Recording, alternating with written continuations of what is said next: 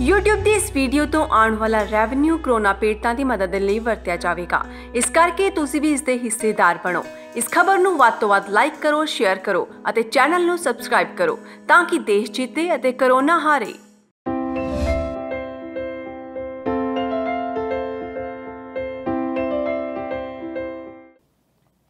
ਤੁਸੀਂ ਵੇਖ ਰਹੇ ਹੋ ਜੀ ਇਸ ਵੇਲੇ ਸਾਂਝਾ ਟੀਵੀ ਤੇ ਸਮਾਂ ਹੋ ਗਿਆ ਹੈ ਪ੍ਰੋਗਰਾਮ ਰੂਹ ਦੀਆਂ ਗੱਲਾਂ ਦਾ। ਅੱਜ ਦਾ ਪ੍ਰੋਗਰਾਮ ਰੂਹ ਦੀਆਂ ਗੱਲਾਂ ਲੈ ਕੇ ਮਨਜੀਤ ਕੌਰ ਕੰਗ ਤੁਹਾਡੇ ਵਾਸਤੇ ਇੱਕ ਵਾਰੀ ਫਿਰ ਹਾਜ਼ਰ ਹੈ। ਤੁਹਾਨੂੰ ਸਾਰਿਆਂ ਨੂੰ ਪਿਆਰ ਦੇ ਨਾਲ, ਸਤਿਕਾਰ ਦੇ ਨਾਲ ਜੀ ਆਇਆਂ ਨੂੰ, ਸਤਿ ਸ਼੍ਰੀ ਅਕਾਲ, ਨਮਸਕਾਰ, ਆਦਾਬ ਅਤੇ ਸਲਾਮ ਅਲੈਕਮ। ਦੋਸਤੋ, ਜਿਵੇਂ ਆਪਾਂ ਸਾਰੇ ਜਾਣਦੇ ਹਾਂ ਕਿ ਕੋਵਿਡ-19 ਦੇ ਨਾਲ ਸਾਰੀ ਦੁਨੀਆ ਜਿਹੜੀ ਆ ਉਹ ਪ੍ਰਭਾਵਿਤ ਹੋਈ ਹੈ ਇਸ ਵੇਲੇ। ਸੋ ਅਸੀਂ ਸਿੱਧੇ ਜਾਂ ਅਸਿੱਧੇ ਰੂਪ ਦੇ ਵਿੱਚ ਇਹਦੇ ਨਾਲ ਜ਼ਰੂਰ ਜੁੜੇ ਹੋਏ ਹਾਂ। ਖਬਰਾਂ ਸੁਣਦੇ ਹਾਂ, ਅਸੀਂ ਅਖਬਾਰਾਂ ਪੜ੍ਹਦੇ ਹਾਂ, ਟੈਲੀਵਿਜ਼ਨ ਵੇਖਦੇ ਹਾਂ ਅਤੇ ਇੱਕੋ ਹੀ ਖਬਰ ਹੈ ਜਿਹੜੀ ਵਾਰ-ਵਾਰ ਅਸੀਂ ਵੇਖ ਰਹੇ ਹਾਂ, ਸੁਣ ਰਹੇ ਹਾਂ ਅਤੇ ਉਹਦੇ ਜਿਹੜੇ ਮੇਰਾ ਖਿਆਲ ਅਸਰ ਨੇ ਉਹ ਵੀ ਸਾਡੇ ਸਾਰਿਆਂ 'ਤੇ ਸਾਨੂੰ ਵੇਖਣ ਨੂੰ ਮਿਲ ਰਹੇ ਨੇ। ਸੋ ਅੱਜ ਦਾ ਪ੍ਰੋਗਰਾਮ ਹੈ ਜਿਹੜਾ ਸਾਡੀ ਕੋਸ਼ਿਸ਼ ਰਹੇਗੀ ਵੈਸੇ ਕਿ ਦੁਨੀਆ ਭਰ ਦੇ ਵਿੱਚ ਕੀ ਹੋ ਰਿਹਾ ਵਿਸਥਾਰ ਦੇ ਵਿੱਚ ਗੱਲਬਾਤ ਕੀਤੀ ਜਾਵੇ। ਕੁਝ ਹਲਕਾ ਫੁਲਕਾ ਮਾਹੌਲ ਵੀ ਅਸੀਂ ਰੱਖਾਂਗੇ ਅਤੇ ਬਾਕੀ ਤੁਹਾਡਾ ਜਦ ਵੀ ਜੀ ਕੀਤਾ ਪ੍ਰੋਗਰਾਮ ਦੇ ਵਿੱਚ ਜਿਹੜਾ ਨੰਬਰ ਤੁਸੀਂ ਸਕਰੀਨ 'ਤੇ ਵੇਖ ਰਹੇ ਹੋ ਇਸ ਨੰਬਰ ਨੂੰ ਡਾਇਲ ਕਰਕੇ ਪ੍ਰੋਗਰਾਮ ਦਾ ਹਿੱਸਾ ਬਣ ਸਕੋਗੇ। ਸੋ ਮੇਰੇ ਨਾਲ ਅੱਜ ਦੇ ਪ੍ਰੋਗਰਾਮ 'ਚ ਮੇਰਾ ਸਾਥ ਦੇਣ ਵਾਸਤੇ ਤੁਹਾਡੇ ਜਾਣੇ ਪਹਿਚਾਣੇ ਸਾਡੇ ਸਾਰਿਆਂ ਦੇ ਆਪਣੇ ਉੱਘੇ ਪੱਤਰਕਾਰ ਹਰਪ੍ਰੀਤ ਸਿੰਘ ਢਾਲੀਵਾਲ ਜੀ, ਉਹਨਾਂ ਨੂੰ ਮੈਂ ਬੁਲਾਇਆ। ਹਰਪ੍ਰੀਤ ਜੀ ਆਇਆਂ ਨੂੰ, ਸਤਿ ਸ਼੍ਰੀ ਅਕਾਲ ਜੀ। ਧੰਨਵਾਦ ਮਨਜੀਤ ਜੀ ਤੁਹਾਡਾ, ਔਰ ਧੰਨਵਾਦ ਸਾਰੇ ਸਰੋਤਿਆਂ ਦਾ ਜਾਂ ਦਰਸ਼ਕਾਂ ਦਾ ਜੋ ਸਾਂਝਾ ਟੀਵੀ ਦੇ ਨਾਲ ਜੁੜੇ ਹੋਏ ਆ ਅਤੇ ਤੁਹਾਡੇ ਸੱਦੇ 'ਤੇ ਅੱਜ ਫਿਰ ਉਹਨਾਂ ਨਾਲ ਜੁੜਨ ਦਾ ਮੌਕਾ ਮਿਲਿਆ। ਧੰਨਵਾਦ ਤੁਹਾਡਾ। ਮਿਹਰਬਾਨੀ ਜੀ ਤੁਹਾਡੀ, ਤੁਸੀਂ ਸਮਾਂ ਕੱਢਿਆ ਮੇਰੇ ਲਈ ਇੱਕ ਵਾਰੀ ਫਿਰ ਸਾਡੇ ਸਾਂਝਾ ਟੀਵੀ ਵਾਲਿਆਂ ਵਾਸਤੇ, ਸਾਰਿਆਂ ਵਾਸਤੇ, ਸਾਡੇ ਸੁਣਨ ਵੇਖਣ ਵਾਲਿਆਂ ਵਾਸਤੇ। ਅਸਲ 'ਚ ਤੁਸੀਂ ਪਾਏਦਾਰ ਪ੍ਰੋਗਰਾਮ ਜਦੋਂ ਲੈ ਕੇ ਆਉਂਦੇ ਹੋ ਫਿਰ ਐਂ ਹੁੰਦਾ ਵੀ ਦਿਲ ਵੀ ਹੁੰਦਾ ਵੀ ਚਲੋ ਉਹਨਾਂ ਨਾਲ ਬੈਠ ਕੇ ਗੱਲਬਾਤ ਕਰਨ ਦਾ ਮੌਕਾ ਲੱਗੂਗਾ ਔਰ ਚਰਚਾਵਾਂ ਕਰ ਲਾਂਗੇ ਜੀ। ਅੱਛਾ ਹਰਪ੍ਰੀਤ, ਮੈਨੂੰ ਪਤਾ ਨਹੀਂ ਕਿਉਂ ਹੁਣ ਇਸ ਸਮੇਂ ਦੇ ਵਿੱਚ ਨਾ ਭਲੇ ਵੇਲਿਆਂ ਦੀ ਯਾਦ ਆਉਣ ਲੱਗ ਪਈ ਹੈ ਜੀ। ਐਂ ਲੱਗਦਾ ਵੀ ਜਿਵੇਂ ਸੱਚੀ ਭਲੇ ਵੇਲੇ ਜਾਂ ਫੇਰ ਆ ਗਏ ਹੁੰਦੇ ਆ, ਜਿਵੇਂ ਸਾਰੇ ਲੋਕ ਨਿਮਰ ਜਿਹੇ ਹੋ ਗਏ ਨੇ ਇੱਕ ਕਿਸਮ ਦੇ ਨਾਲ ਹੈਂ। ਅਤੇ ਰੋਟੀ ਅਤੇ ਕੱਪੜਾ ਅਤੇ ਮਕਾਨ ਤਿੰਨੇ ਚੀਜ਼ਾਂ ਨੇ ਜਿਹੜੀਆਂ ਇਸ ਵੇਲੇ ਬੰਦੇ ਨੂੰ ਆਪਣੇ ਵਾਸਤੇ ਜ਼ਰੂਰੀ ਲੱਗਦੀਆਂ ਨੇ। ਇਹ ਤੋਂ ਬਿਨਾਂ ਉਹਨੇ ਹੋਰ ਇੱਧਰਲੇ ਉੱਧਰਲੇ ਜਿਹੜੇ ਉਹਦੇ ਖਿਲਾਰੇ ਸੀਗੇ ਉਹਨਾਂ ਨੂੰ ਉਹ ਸਮੇਟ ਕੇ, ਪਤਾ ਨਹੀਂ ਮਨ ਦੇ ਵਿੱਚ ਸਮੇਟ ਕੇ ਬੈਠਾ, ਪਤਾ ਨਹੀਂ ਸੱਚੀ ਮੁੱਚੀ ਸੋਚਾਂ ਦੇ ਵਿੱਚ ਕੀ ਚੱਲ ਰਿਹਾ ਉਹਦੇ, ਇਹ ਤਾਂ ਕਹਿਣਾ ਔਖਾ ਹੈ। ਪਰ ਹਾਲ ਦੀ ਘੜੀ ਇਹ 2-3 ਲੋੜਾਂ ਹੀ ਨੇ ਜਿਹੜੀਆਂ ਸਾਡੇ ਵਾਸਤੇ ਮੁੱਖ ਰਹਿ ਗਈਆਂ। ਔਰ ਸਾਦਗੀ ਵਾਲੀ ਜ਼ਿੰਦਗੀ ਹੈ ਜਿਹੜੀ ਸੱਚੀ ਮੁੱਚੀ ਕਿੰਨੀ ਸੋਹਣੀ ਹੁੰਦੀ ਹੈ, ਕਿੰਨੀ ਚੰਗੀ ਹੁੰਦੀ ਹੈ, ਇਹ ਬਹੁਤ ਸਾਰੇ ਲੋਕ ਮਹਿਸੂਸ ਕਰਦੇ ਆ ਇਸ ਵੇਲੇ। ਤੁਸੀਂ ਕਿਵੇਂ ਇਹਦੇ ਬਾਰੇ ਮਹਿਸੂਸ ਕਰਦੇ ਹੋ? ਇਹ ਬਹੁਤ ਜ਼ਿਆਦਾ ਮਤਲਬ ਜਦੋਂ ਇਸ ਦੌਰ ਦੇ ਵਿੱਚ ਮਨਜੀਤ ਜੀ ਆਪਾਂ ਗੁਜ਼ਰ ਰਹੇ ਸੀ, ਜਦੋਂ ਤਕਨੀਕ ਦੀਆਂ ਗੱਲਾਂ ਹੁੰਦੀਆਂ ਨੇ, ਜਦੋਂ ਗਲੋਬਲਾਈਜੇਸ਼ਨ ਦੀਆਂ ਗੱਲਾਂ ਹੁੰਦੀਆਂ ਨੇ, ਜਦੋਂ ਸਿਰਫ ਤੇ ਸਿਰਫ ਤਰੱਕੀ ਹੁੰਦੀ ਹੈ ਕਿ ਚੰਦ ਤੇ ਵੀ ਘਰ ਪਾ ਲੈਣੇ ਆ, ਜਦੋਂ ਇਸ ਗੱਲ ਦੀ ਗੱਲ ਹੁੰਦੀ ਹੈ ਕਿ 5G 6G 7G 8G ਦੀਆਂ ਗੱਲਾਂ ਹੁੰਦੀਆਂ ਨੇ ਕਿ ਤੁਹਾਨੂੰ ਫੋਨ ਚੱਕਣ ਦੀ ਵੀ ਲੋੜ ਨਹੀਂ ਪਿਆ ਕਰਨੀ, ਜਿਹਦੇ ਬਾਰੇ ਸੋਚਿਆ ਉਹਨੂੰ ਟੈਲੀਫੋਨ ਲਾ ਕੇ ਗੱਲਾਂ ਹੋ ਜਾਇਆ ਕਰਨੀਆਂ ਨੇ। ਉਸ ਵੇਲੇ ਅਸੀਂ ਕੁਦਰਤ ਨੂੰ ਭੁੱਲ ਗਏ ਸੀ। ਹਾਂ, ਸਹੀ ਕਹਿੰਦੇ ਹੋ। ਜਿਹੜਾ ਬ੍ਰਹਮੰਡ ਦੀ ਗੱਲ ਬਾਬਾ ਨਾਨਕ ਨੇ ਕੀਤੀ ਸੀ, ਉਹ ਬ੍ਰਹਮੰਡ ਜਿਹੜੀ ਕੁਦਰਤ ਹੈ ਜਿਹਨੂੰ ਆਪਾਂ ਕਦੇ ਪਰਮਾਤਮਾ ਦਾ ਰੂਪ ਦੇ ਦਿੰਦੇ ਹਾਂ, ਸੋ ਕੁਦਰਤ ਦੇ ਨਾਲ ਅਸੀਂ ਖਿਲਵਾੜ ਵੀ ਬਹੁਤ ਕਰਨ ਲੱਗੇ ਸੀ। ਔਰ ਖਾਸ ਤੌਰ 'ਤੇ ਤੁਸੀਂ ਦੇਖਦੇ ਹੋ ਕਿ ਚਲੋ ਇਹਨਾਂ ਮੁਲਕਾਂ ਦੇ ਵਿੱਚ ਤਾਂ ਜਾਗਰੂਕਤੀ ਹੈਗੀ ਹੈ, ਇੱਥੇ ਤਾਂ ਗਰੀਨਰੀ ਹੈਗੀ ਆ, ਬਹੁਤ ਸਾਰੀਆਂ ਚੀਜ਼ਾਂ ਹੈਗੀਆਂ ਨੇ। ਥਰਡ ਵਰਲਡ ਜਿੱਥੇ ਅਸੀਂ ਰਹਿੰਦੇ ਹਾਂ ਇੰਡੀਆ ਦੇ ਵਿੱਚ ਜਾਂ ਫਿਰ ਸਾਊਥ ਏਸ਼ੀਆ ਦੇ ਵਿੱਚ ਜਾਂ ਵੱਖ-ਵੱਖ ਮੁਲਕਾਂ ਦੇ ਵਿੱਚ, ਉੱਥੇ ਮਨਜੀਤ ਜੀ ਦੇਖਣ ਨੂੰ ਮਿਲਦਾ ਕਿ ਕੁਦਰਤ ਨਾਲ ਬਹੁਤ ਜ਼ਿਆਦਾ ਖਿਲਵਾੜ ਵਿਅਕਤੀ ਨੇ ਕੀਤੀ ਆ। ਜੰਗਲ ਉਜਾੜ ਤੇ ਔਰ ਡਿਵੈਲਪਮੈਂਟ ਦੇ ਨਾਂ 'ਤੇ ਵੱਡੇ ਵੱਡੇ ਅੰਪਾਇਰ ਤਾਂ ਖੜੇ ਕਰਤੇ, ਪਰ ਕੁਦਰਤ ਨੂੰ ਦਾਤੀ ਫੇਰਨ ਤੋਂ ਹਟੇ ਨਹੀਂ। ਫਿਰ ਮੈਨੂੰ ਐਂ ਲੱਗਦਾ ਵੀ ਕੁਦਰਤ ਜਦੋਂ ਆਪਦਾ ਰੰਗ ਦਿਖਾਉਂਦੀ ਹੈ ਨਾ, ਫਿਰ ਸਾਰੀਆਂ ਚੀਜ਼ਾਂ ਛੋਟੀਆਂ ਪੈ ਜਾਂਦੀਆਂ ਨੇ।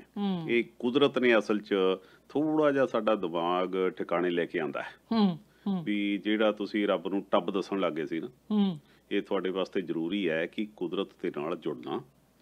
ਹੁਣ ਉਸੇ ਕੁਦਰਤ ਨੇ ਦਿਖਾਤਾ ਹੈ ਕਿ ਜੇਕਰ ਸਾਫ ਸੁਥਰਾ ਸਿਸਟਮ ਹੋਵੇ, ਜੇਕਰ ਤੁਸੀਂ ਥੋੜਾ ਜਿਹਾ ਟਿਕਾਓ ਰੱਖੋ, ਦਿਨ ਰਾਤ ਜਿਹੜਾ ਤੁਸੀਂ ਇੱਕ ਪੈਸੇ ਦੀ ਦੌੜ ਲੱਗੀ ਹੋਈ ਹੈ, ਫਿਰ ਤੁਸੀਂ ਥੋੜਾ ਜਿਹਾ ਸ਼ਾਂਤ ਵੀ ਹੋਵੋਗੇ। ਔਰ ਬਹੁਤ ਸਾਰੀਆਂ ਚੀਜ਼ਾਂ ਨੇ ਕੁਦਰਤ, ਮੈਂ ਸਮਝਦਾ ਕਿ ਬਹੁਤ ਸਾਰੇ ਲੋਕਾਂ ਨੇ ਤਾਂ ਦੇਖੀ ਨਹੀਂ ਹੋਣੀਆਂ ਜਿਹੜੀਆਂ ਇਸ ਕੋਵਿਡ-19 ਨੇ ਦਿਖਾਤੀਆਂ। ਸਹੀ ਹੈ। ਔਰ ਕਿਉਂਕਿ ਪੰਜਾਬ ਤੋਂ ਆਪਾਂ ਹਮੇਸ਼ਾ ਗੱਲ ਕਰਦੇ ਹਾਂ, ਪੰਜਾਬ ਤਾਂ ਸਾਡੇ 4 ਕਿਲੋਮੀਟਰ ਦੂਰ ਨਹੀਂ ਸੀ ਦਿਖਦਾ। ਹਾਂ, ਹੁਣ ਸਾਡੇ ਉੱਥੇ ਦੀਆਂ ਪਹਾੜੀਆਂ, ਸ਼ਿਵਾਲਿਕ ਦੀਆਂ ਪਹਾੜੀਆਂ ਚੰਡੀਗੜ੍ਹ ਤੋਂ ਦਿਖਣ ਲੱਗ ਗਈਆਂ, ਔਰ ਵੱਡੇ ਵੱਡੀਆਂ ਇਹ ਵੀ ਗੱਲਾਂ ਹੋ ਗਈਆਂ। ਹੁਣ ਤਾਂ ਚੁਟਕਲੇ ਵੀ ਚੱਲ ਪਏ ਪੰਜਾਬ 'ਚ। ਅੱਛਾ, ਹਾਂ, ਇੱਕ ਉਹ ਅੱਜ ਕੱਲ੍ਹ ਕਾਫੀ ਸੋਸ਼ਲ ਮੀਡੀਆ ਚੱਲਦਾ ਨਾ, ਹਾਂ, ਕਹਿੰਦਾ ਕੀ ਦੇਖਦਾ ਹੈ, ਕਹਿੰਦਾ ਵੀ ਇੱਥੋਂ ਐਂ ਲੱਗਦਾ ਵੀ ਨਿਆਗਰਾ ਫਾਲ ਦਿਖਦਾ ਸ਼ਾਇਦ, ਕਿਉਂਕਿ ਕੈਨੇਡਾ ਦੀ ਤਾਂਘ ਬਹੁਤ ਆ ਨਾ ਸਾਰਿਆਂ ਨੂੰ। ਜੀ ਜੀ। ਤੇ ਸੋ ਇਸ ਕਰਕੇ ਉਹ ਦੂਰ ਤੱਕ ਕੁਦਰਤ ਨੇ ਜਿੱਥੇ ਨਾ ਇਹ ਖੇਡ ਕੀਤੀ ਹੈ, ਜਦ ਕਿ ਆਪਾਂ ਨੂੰ ਇਹ 'ਚ ਸੰਘਰਸ਼ ਕਰਨਾ ਲਾਜ਼ਮੀ ਹੈ, ਪਰ ਕੁਦਰਤ ਦੀ ਖੇਡ ਨੂੰ ਸਮਝਣ ਦੀ ਲੋੜ ਵੀ ਹੈਗੀ ਹੈ। ਬਿਲਕੁਲ ਸਹੀ ਕਹਿੰਦੇ ਹੋ ਤੁਸੀਂ ਜੀ। ਔਰ ਪਿੱਛੇ ਜਿਹੇ ਇੱਕ ਖਬਰ ਆਈ ਸੀ ਵੀ ਇੱਕ ਕਰੋੜਪਤੀ ਬਾਪ ਨੇ ਆਪਣੇ ਬੇਟੇ ਦੇ ਜਨਮ ਦਿਨ ਤੇ ਚੰਨ ਤੇ ਉਹਨੂੰ ਪਲਾਟ ਲੈ ਕੇ ਦਿੱਤਾ ਜੀ। ਉਹ ਖਬਰ ਕਾਫੀ ਦਿਨ ਆਉਂਦੀ ਰਹੀ ਤੇ ਉਹ ਹੁਣ ਦੇਖੋ ਕਿਸੇ ਨੇ ਉਹਦੀ ਤਹਿ ਤੱਕ ਨਹੀਂ ਜਾਣਾ, ਕਿਸੇ ਨੇ ਖਬਰ ਪੜ੍ਹ ਲਈ, ਗਾਂ ਤੋਂ ਗਾਂ ਬੱਲੇ ਬੱਲੇ ਹੋ ਜਾਣੀ ਹੈ ਬਸ, ਠੀਕ ਹੈ ਨਾ। ਸੋ ਮੇਰਾ ਖਿਆਲ ਆ ਹਾਲੇ ਅਸੀਂ ਜਿੱਥੇ ਰਹਿੰਦੇ ਆ, ਜੇ ਧਰਤੀ ਦੀ ਹੋਈ ਪੂਰੀ ਤਰ੍ਹਾਂ ਗੱਲ ਕੀਤੀ ਜਾਵੇ, ਇਹਨੂੰ ਹੀ ਸਮਝਿਆ ਜਾਵੇ ਤੇ ਬਹੁਤ ਵੱਡੀ ਗੱਲ ਹੋਏਗੀ ਧਰਤੀ ਨਾਲ ਜੁੜੇ ਰਹਿਣਾ। ਹੁਣ ਅਸੀਂ ਮਹਿਸੂਸ ਕਰਦੇ ਹਾਂ ਕਈ ਗੱਲਾਂ ਜਿਹੜੀਆਂ ਸ਼ਾਇਦ ਅਸੀਂ ਪਹਿਲਾਂ ਕਦੇ ਸੋਚੀਆਂ ਵੀ ਨਹੀਂ ਸੀ, ਵਿਚਾਰੀਆਂ ਵੀ ਨਹੀਂ ਸੀ, ਔਰ ਕੁਦਰਤ ਨੇ ਸਾਨੂੰ ਮਜਬੂਰ ਕਰਤਾ ਵੀ ਬੰਦਿਆ ਤੂੰ ਬੰਦਾ ਤੇ ਬੰਦਾ ਬਣ ਕੇ ਰਹਿ, ਖੁਦਾ ਬਣਨ ਦੀ ਕੋਸ਼ਿਸ਼ ਨਾ ਕਰ, ਔਰ ਉਹਦੇ 'ਚ ਕਾਮਯਾਬ ਨਹੀਂ ਹੋਣਾ। ਪਰ ਮੈਂ ਕਹਿੰਦੀ ਹਾਂ ਵੀ ਜਦੋਂ ਇਹ ਸਮਾਂ ਲੰਘ ਜਾਣਾ ਤੇ ਉਹ ਤੋਂ ਬਾਅਦ ਆਪਾਂ ਇਹ ਛੋਟੀ ਜਿਹੀ ਗੱਲ ਕਰਕੇ ਫਿਰ ਅੱਗੇ ਤੁਰਦੇ ਹਾਂ ਜੀ। ਫਿਰ ਤੁਹਾਨੂੰ ਲੱਗਦਾ ਹਰਪ੍ਰੀਤ ਵੀ ਲੋਕਾਂ ਦੀ ਸੋਚ ਬਦਲੇਗੀ? ਦੇਖੋ, ਜੇ ਤਾਂ ਲੋਕ ਕਿਤੇ ਨਾ ਕਿਤੇ ਸਮਝਦਾਰ ਹੋਏ ਫਿਰ ਤਾਂ ਜ਼ਰੂਰ ਬਦਲਣੀ ਚਾਹੀਦੀ ਆ। ਕਹਿੰਦੇ ਹੁੰਦੇ ਆ ਕਿ ਜਦੋਂ ਤੁਹਾਡਾ ਹਾਲਾਤ ਇਸ ਵੇਲੇ ਇਹ ਆਏ ਪਏ ਨੇ ਕਿ ਤੁਸੀਂ ਆਪਣੀਆਂ ਤਰੱਕੀਆਂ, ਸਾਰਾ ਪੈਸਾ, ਧੇਲਾ, ਸਾਰੀਆਂ ਚੀਜ਼ਾਂ ਛੱਡ ਕੇ ਹੁਣ ਆਪਣੇ ਵਜੂਦ ਦੀ ਲੜਾਈ ਲੜ ਰਹੇ ਹੋ, ਆਪਣੀ ਹੋਂਦ ਦੀ ਲੜਾਈ ਲੜ ਰਹੇ ਹੋ। ਔਰ ਸਾਡੇ ਸਕਾਲਰ ਨਰਿੰਦਰ ਸਿੰਘ ਕਪੂਰ ਕਿਹਾ ਕਰਦੇ ਸੀ ਕਿ ਵਿਅਕਤੀ ਪਹਿਲਾਂ ਆਪਣੇ ਵਜੂਦ ਦੀ, ਆਪਣੀ ਹੋਂਦ ਦੀ ਲੜਾਈ ਲੜਦਾ, ਜਦੋਂ ਉਸ ਡਰ ਚੋਂ ਨਿਕਲ ਜਾਂਦਾ ਫਿਰ ਆਪਣੀ ਅਣਖ ਦੀ ਲੜਾਈ ਲੜਦਾ। ਸੋ ਇਸ ਕਰਕੇ ਇਸ ਵਜੂਦ ਦੇ ਵਿੱਚ ਸਾਨੂੰ ਸਮਝਣਾ ਚਾਹੀਦਾ ਹੈ ਕਿ ਇਹਨਾਂ ਸਾਰੀਆਂ ਚੀਜ਼ਾਂ ਤੋਂ ਬਾਅਦ ਜ਼ਿੰਦਗੀ ਤਬਦੀਲ ਹੋਣੀ ਲਾਜ਼ਮੀ ਹੋਣੀ ਚਾਹੀਦੀ ਆ। ਉਹਦਾ ਕਾਰਨ ਹੈ ਕਿਉਂਕਿ ਜਿਸ ਤਰੀਕੇ ਨਾਲ ਸਾਰਾ ਸਿਸਟਮ, ਜਿਵੇਂ ਆਪਾਂ ਪਹਿਲਾਂ ਚਰਚਾ ਕੀਤੀ ਹੈ, ਸਾਰੇ ਦੇ ਸਾਰਾ ਅਸੀਂ ਉਹ ਸਾਰੀਆਂ ਚੀਜ਼ਾਂ ਨੂੰ ਭੁੱਲ ਗਏ ਸੀ। ਹੁਣ ਗਲੋਬਲਾਈਜੇਸ਼ਨ ਦੇ ਵਿੱਚ ਮੈਨੂੰ ਇਹ ਵੀ ਲੱਗਦਾ ਕਿ ਜਿਹੜਾ ਆਪਾਂ ਕਹਿ ਕਰਦੇ ਸੀ ਪਿੰਡ ਬਣ ਗਏ ਜੀ, ਹੁਣ ਸਰਹੱਦਾਂ ਚੇਂਜ ਹੋਣਗੀਆਂ। ਜਿਸ ਤਰੀਕੇ ਨਾਲ ਸਾਰੀ ਦੁਨੀਆ ਨੂੰ ਇਸ ਵਾਇਰਸ ਨੇ ਆਪਣੀ ਚਪੇਟ ਦੇ ਵਿੱਚ ਲਿਆ, ਮੈਨੂੰ ਲੱਗਦਾ ਕਿ ਉਹ ਕੰਟਰੀਜ਼ ਜਿਹੜੀਆਂ ਅਮੀਰ ਕੰਟਰੀ ਸੀਗੀਆਂ, ਜਿਹੜੀਆਂ ਆਪਣੀਆਂ ਬਸਤੀਆਂ ਪਾਲਦੀਆਂ ਸੀ, ਉੱਥੇ ਜਾ ਕੇ ਆਪਣਾ ਪ੍ਰੋਡਕਟ ਪੈਦਾ ਕਰਦੀਆਂ ਸੀ ਕਿਉਂਕਿ ਉੱਥੇ ਲੇਬਰ ਬੜੀ ਸਸਤੀ ਸੀ। ਹੁਣ ਜਦੋਂ ਲੋੜ ਪਈ ਤਾਂ ਉਹਨਾਂ ਨੂੰ ਬੜਾ ਔਖੇ ਸਮੇਂ ਦੇ ਵਿੱਚ ਅਮੀਰ ਕੰਟਰੀਜ਼ ਨੂੰ ਨਿਕਲਣਾ ਪਿਆ। ਸੋ ਇਸ ਕਰਕੇ ਮੇਰੇ ਖਿਆਲ ਨਾਲ ਉਹ ਆਪਣੀਆਂ ਪ੍ਰੋਡਕਸ਼ਨਸ, ਉਸ ਤੋਂ ਬਾਅਦ 'ਚ ਸੋਚਣ ਦੇ ਲਹਿਜੇ ਬਹੁਤ ਸਾਰੇ ਚੇਂਜ ਹੋਣਗੇ। ਔਰ ਜਿਸ ਤਰੀਕੇ ਨਾਲ ਇਹ ਚਾਈਨਾ ਤੋਂ ਸ਼ੁਰੂ ਹੋ ਕੇ ਹੁਣ ਦੁਨੀਆ ਦੇ ਵਿੱਚ ਫੈਲਿਆ, ਚਾਈਨਾ ਦੇ ਮਾਮਲੇ 'ਚ ਵੀ ਆਪਾਂ ਅੱਗੇ ਜਾ ਕੇ ਗੱਲ ਕਰਾਂਗੇ, ਪਰ ਕਿਤੇ ਨਾ ਕਿਤੇ ਦੁਨੀਆ ਤੀਜੇ ਮਹਾਯੁੱਧ ਦੀ ਸਰਹੱਦ ਤੇ ਆ ਕੇ ਵੀ ਖੜ ਗਈ ਹੈ। ਬਿਲਕੁਲ ਸਹੀ ਕਹਿੰਦੇ ਹੋ ਤੁਸੀਂ। ਅੱਛਾ, ਅਮਰੀਕਾ ਦੀ ਗੱਲ ਕਰਦੇ ਹਾਂ ਆਪਾਂ ਜੀ। ਦੁਨੀਆ ਦਾ ਸਭ ਤੋਂ ਸ਼ਕਤੀਸ਼ਾਲੀ ਮੁਲਕ ਹੈ ਜਿਹੜਾ ਜੀ, ਤੇ ਹੁਣ ਇਸ ਵੇਲੇ ਇਦਾਂ ਦੀ ਸਿਚੁਏਸ਼ਨ ਦੇ ਵਿੱਚੋਂ ਲੰਘ ਰਿਹਾ ਜਿੱਥੇ ਸਭ ਤੋਂ ਵੱਧ ਪ੍ਰਭਾਵਿਤ ਹੋਏ ਲੋਕ, ਸਭ ਤੋਂ ਵੱਧ ਮੌਤਾਂ ਹੋ ਗਈਆਂ, ਤੇ ਉੱਥੋਂ ਦੇ ਜਿਹੜੇ ਕਰਤਾ ਧਰਤਾ ਨੇ ਉਹ ਹਲੇ ਵੀ ਕਦੇ ਚੀਨ ਨੂੰ, ਕਦੇ ਕਿਸੇ ਹੋਰ ਮੁਲਕ ਨੂੰ ਧਮਕੀ ਦੇ ਕੇ ਕਹਿੰਦੇ ਆ ਵੀ ਐਦਾਂ ਨਹੀਂ ਤਾਂ ਐਦਾਂ ਕਰ ਦਿਆਂਗੇ, ਅਸੀਂ ਐਦਾਂ ਨਹੀਂ ਤਾਂ ਐਦਾਂ ਕਰ ਦਿਆਂਗੇ। ਉਹਨਾਂ ਨੂੰ ਪਹਿਲਾਂ ਆਪਣਾ ਉੱਥੇ ਸਾਰਾ ਕੁਝ ਕੰਟਰੋਲ ਕਰਨਾ ਚਾਹੀਦਾ, ਕਿਉਂਕਿ ਲੋਕ ਨੇ ਜਿਹੜੇ ਉੱਥੋਂ ਦੇ, ਹੁਣ ਜਿਹੜੀਆਂ ਲੇਟੈਸਟ ਖਬਰਾਂ ਆ ਰਹੀਆਂ ਉਹਨਾਂ ਦੇ ਮੁਤਾਬਕ ਲੋਕਾਂ ਨੇ ਉੱਥੇ ਪ੍ਰੋਟੈਸਟ ਕਰਨੇ ਸ਼ੁਰੂ ਕਰ ਦਿੱਤੇ ਆ ਜੀ। ਉਹਦੇ ਕਾਰਨ ਹਰਪ੍ਰੀਤ ਤੁਸੀਂ ਵੀ ਜਾਣਦੇ ਹੋ ਜਿਵੇਂ ਕਿ ਲੋਕ ਬੇਰੁਜ਼ਗਾਰ ਹੋ ਗਏ ਨੇ, ਔਰ ਬਹੁਤ ਸਾਰੇ ਲੋਕ ਇੱਦਾਂ ਨਹੀਂ ਹੁੰਦੇ ਵੀ ਉਹਨਾਂ ਨੇ ਕੋਈ ਬੈਂਕ ਬੈਲੈਂਸ ਰੱਖੇ ਹੁੰਦੇ ਆ, ਇੱਦਾਂ ਦੀ ਐਮਰਜੈਂਸੀ ਦੇ ਵਿੱਚ ਉਹ ਪੈਸਾ ਕੱਢ ਕੇ ਵਰਤਣਾ ਸ਼ੁਰੂ ਕਰ ਦੇਣ। ਜਿਵੇਂ ਹੁਣ ਆਪਣੇ ਇੱਥੇ ਇੰਨੀਆਂ ਸਹੂਲਤਾਂ ਦਿੱਤੀਆਂ ਸਾਡੇ ਪ੍ਰਧਾਨ ਮੰਤਰੀ ਨੇ, ਔਰ ਲੋਕ ਘਰ ਬੈਠੇ ਬਿਠਾਏ ਜਿਨ੍ਹਾਂ ਦੇ ਕੰਮ ਛੁੱਟ ਵੀ ਗਏ ਨੇ ਅਪਲਾਈ ਕਰ ਰਹੇ ਨੇ, ਚੌਥੇ ਦਿਨ ਚੈੱਕ ਆ ਜਾਂਦੀ ਹੈ, ਠੀਕ ਹੈ ਨਾ, ਤੁਸੀਂ ਆਪਣਾ ਸਰਵਾਈਵ ਕਰ ਸਕਦੇ ਹੋ। ਤੇ ਉੱਥੇ ਉਹ ਲੋਕ ਕਹਿੰਦੇ ਵੀ ਸਾਡੀ ਜਾਨ ਆ, ਅਸੀਂ ਆਪਣੀ ਜਾਨ ਨੂੰ ਰਿਸਕ 'ਚ ਪਾ ਕੇ ਅਸੀਂ ਕੰਮ ਕਰਨਾ ਚਾਹੁੰਦੇ ਹਾਂ, ਕੰਮ ਕਰ ਖੋਲ੍ਹੇ ਜਾਣ ਹੁਣ। ਸੋ ਇਸ ਸਮੇਂ ਦੇ ਵਿੱਚ ਸਥਿਤੀ ਨੂੰ ਕੰਟਰੋਲ ਕਰਨ ਵਾਸਤੇ ਮੇਰਾ ਖਿਆਲ ਹੈ ਬਹੁਤ ਦੂਰ ਅੰਦੇਸ਼ੀ ਨਾਲ ਸੋਚਣ ਦੀ ਲੋੜ ਹੁੰਦੀ ਹੈ, ਪਰ ਮਾਹੌਲ ਹੈ ਜਿਹੜਾ ਉਹ ਕੋਈ ਇੰਨਾ ਜਿਵੇਂ ਬਿਹਤਰ ਹੋਣਾ ਚਾਹੀਦਾ ਜਾਂ ਜਿਵੇਂ ਜਿਸ ਤਰ੍ਹਾਂ ਦੀਆਂ ਖਬਰਾਂ ਆਉਣੀਆਂ ਚਾਹੀਦੀਆਂ ਉਹ ਅਮਰੀਕਾ ਤੋਂ ਸਭ ਤੋਂ ਸ਼ਕਤੀਸ਼ਾਲੀ ਮੁਲਕ ਹੋਣ ਦੇ ਬਾਵਜੂਦ ਵੀ ਆ ਨਹੀਂ ਰਹੀਆਂ। ਇਹਦੇ ਮੇਨ ਕਾਰਨ ਤੁਸੀਂ ਕੀ ਸਮਝਦੇ ਹੋ? ਇਹਦਾ ਕਾਰਨ ਇਹ ਹੈ ਜੀ ਵੀ ਦੇਖੋ, ਅਮਰੀਕਾ ਨੇ ਜਦੋਂ ਵੁਹਾਨ ਤੋਂ ਇਹ ਸਾਰਾ ਕੰਮ ਸ਼ੁਰੂ ਹੋਇਆ ਤਾਂ ਬਹੁਤ ਸਾਰੇ ਕੰਟਰੀ ਸੀ। ਇਸ ਗੱਲ 'ਚ ਮੈਂ ਐਪਰੀਸ਼ੀਏਟ ਕਰਦਾ, ਖਾਸ ਤੌਰ ਤੇ ਜਿਹੜੇ ਉਹਨਾਂ ਦੇ ਨਾਲ ਦੇ ਮੁਲਕ ਸੀ। ਏਸ਼ੀਆ ਦੀ ਗੱਲ ਕਰੀਏ ਤਾਂ ਇੰਡੀਆ ਵੀ ਸਾਡਾ ਆਉਂਦਾ, ਉਹਨਾਂ ਨੇ ਵੀ ਕਿਤੇ ਨਾ ਗਾਹੇ ਬਗਾਹੇ ਉਹਨਾਂ ਨੇ ਬੜੇ ਸਟਾਰਟਿੰਗ 'ਚੋਂ ਸਟੈਪ ਲਏ, ਜਿਹਦੇ ਕਰਕੇ ਇੰਡੀਆ ਵਰਗਾ ਜਿੱਥੇ ਸੁੱਖ ਸਹੂਲਤ ਇਹਨਾਂ ਚੀਜ਼ਾਂ ਦੀ ਹੈ ਨਹੀਂ, ਬਚਾਉਣ ਵਾਸਤੇ ਵੀ ਸਿਰਫ ਤੇ ਸਿਰਫ ਰੱਬ ਦਾ ਜਾਂ ਜੱਗ ਦਾ ਉਹਦੇ ਸਹਾਰੇ ਲਏ ਜਾਂਦੇ ਆ। ਸੋ ਉਹਨਾਂ ਨੇ ਉਹ ਫੈਸਲੇ ਲਏ, ਇਸੇ ਕਰਕੇ ਉੱਥੇ ਘੱਟ ਸਹੂਲਤਾਂ ਹੋਣ ਦੇ ਬਾਵਜੂਦ ਕੇਸ ਬਹੁਤ ਘਟੇ। ਸ਼ੁਰੂ ਤਾਂ ਸਾਰੇ ਮੁਲਕਾਂ 'ਚ ਬਰਾਬਰ ਹੋਏ ਸੀ। ਅਮਰੀਕਾ ਦੇ ਪ੍ਰਧਾਨ ਮੰਤਰੀ ਜਾਂ ਉਹਨਾਂ ਦੇ ਰਾਸ਼ਟਰਪਤੀ, ਉਹ ਪਤਾ ਨਹੀਂ ਵੱਖ-ਵੱਖ ਬਿਆਨ ਉਹਨਾਂ ਦੇ ਆਉਂਦੇ ਰਹਿੰਦੇ ਆ। ਇੱਕ ਦਿਨ ਤਾਂ ਉਹਨਾਂ ਦਾ ਬਿਆਨ ਆਉਂਦਾ ਜੀ ਵੀ ਚਾਈਨਾ ਬੜਾ ਮਾੜਾ ਮੁਲਕ ਹੈ, ਫਿਰ ਉਹਨਾਂ ਦੀ ਗੱਲ ਹੋ ਜਾਂਦੀ ਹੈ ਚਾਈਨਾ ਦੇ ਉੱਥੋਂ ਦੇ ਜੀ ਜਿਨਪਿੰਗ ਨਾਲ, ਉਹ ਫਿਰ ਕਹਿੰਦੇ ਵੀ ਚਾਈਨਾ ਨਾਲ ਤਾਂ ਸਾਡੀ ਬੜੀ ਬਣਦੀ ਉਹ ਬਹੁਤ ਆ। ਹੁਣ ਉਹਨਾਂ ਦੀ ਇਹ ਪਾਲਿਸੀ ਹੈ ਜਾਂ ਕੀ ਉਹ ਆਪਣੀ ਸਿਆਸਤ ਕਿਸ ਤਰੀਕੇ ਨਾਲ ਕਰ ਰਹੇ ਆ, ਉਹਨਾਂ ਦਾ ਨਿੱਤ ਨਵਾਂ ਬਿਆਨ ਬਦਲਦਾ ਹੈ। ਪਰ ਉਹਨਾਂ ਨੇ ਪਹਿਲਾਂ ਜਿਸ ਤਰੀਕੇ ਨਾਲ ਲਾਈਟਲੀ ਲਿਆ, ਔਰ ਡਾਟੇ ਦੱਸਦੇ ਆ ਮਨਜੀਤ ਜੀ ਕਿ ਜਨਵਰੀ ਤੋਂ ਲੈ ਕੇ ਫਰਵਰੀ ਐਂਡ ਤੱਕ 4 ਲੱਖ ਦੇ ਕਰੀਬ ਚਾਈਨਾ ਤੋਂ ਲੋਕ ਅਮਰੀਕਾ ਵਿਜ਼ਿਟ ਕੀਤੇ, ਔਰ ਵੁਹਾਨ ਤੋਂ ਹਵਾਈ ਤੋਂ ਜਿਹੜੇ ਖਾਸ ਤੌਰ ਤੇ ਪ੍ਰਭਾਵਿਤ ਉੱਥੋਂ ਦੇ ਏਰੀਏ ਮੰਨੇ ਜਾਂਦੇ ਆ, ਉੱਥੋਂ ਵੱਡੀ ਗਿਣਤੀ 'ਚ ਲੋਕ ਆਏ। ਹੁਣ ਉਹਨਾਂ ਸਾਰੀਆਂ ਚੀਜ਼ਾਂ ਦੇ ਕਰਕੇ ਭਾਵੇਂ ਹੁਣ ਉਹ ਵੱਡੀ ਦੁਨੀਆ 'ਚ ਸਭ ਤੋਂ ਜ਼ਿਆਦਾ ਟੈਸਟਿੰਗ ਅਮਰੀਕਾ 'ਚ ਹੋ ਰਹੀ ਹੈ, ਪੌਣੇ 8 ਲੱਖ ਦੇ ਕਰੀਬ ਉੱਥੇ ਬੰਦਾ ਪ੍ਰਭਾਵਿਤ ਆ।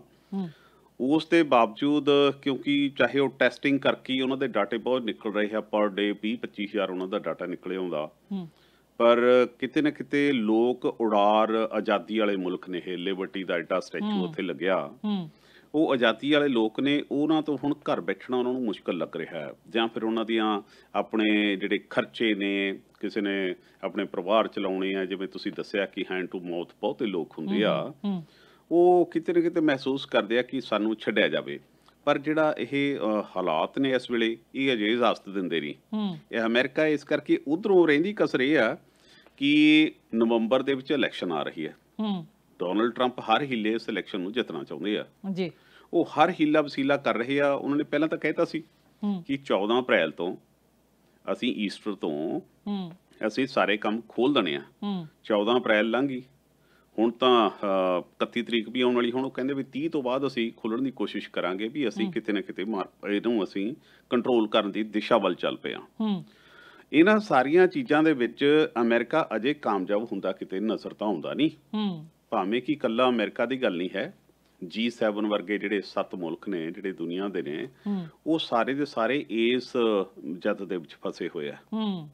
ਸੋ ਉਸ ਚੀਜ਼ ਦੇ ਵਿੱਚ ਜਦੋਂ ਆਪਾਂ ਅਮਰੀਕਾ ਦੀ ਚਰਚਾ ਕਰਦੇ ਹਾਂ, ਜਿਵੇਂ ਮੈਂ ਪਹਿਲਾਂ ਕਿਹਾ ਸੀ, ਚਾਈਨਾ ਕਿਤੇ ਨਾ ਕਿਤੇ ਕਟਹਿਰੇ 'ਚ ਖੜਾ ਨਜ਼ਰ ਆਉਂਦਾ।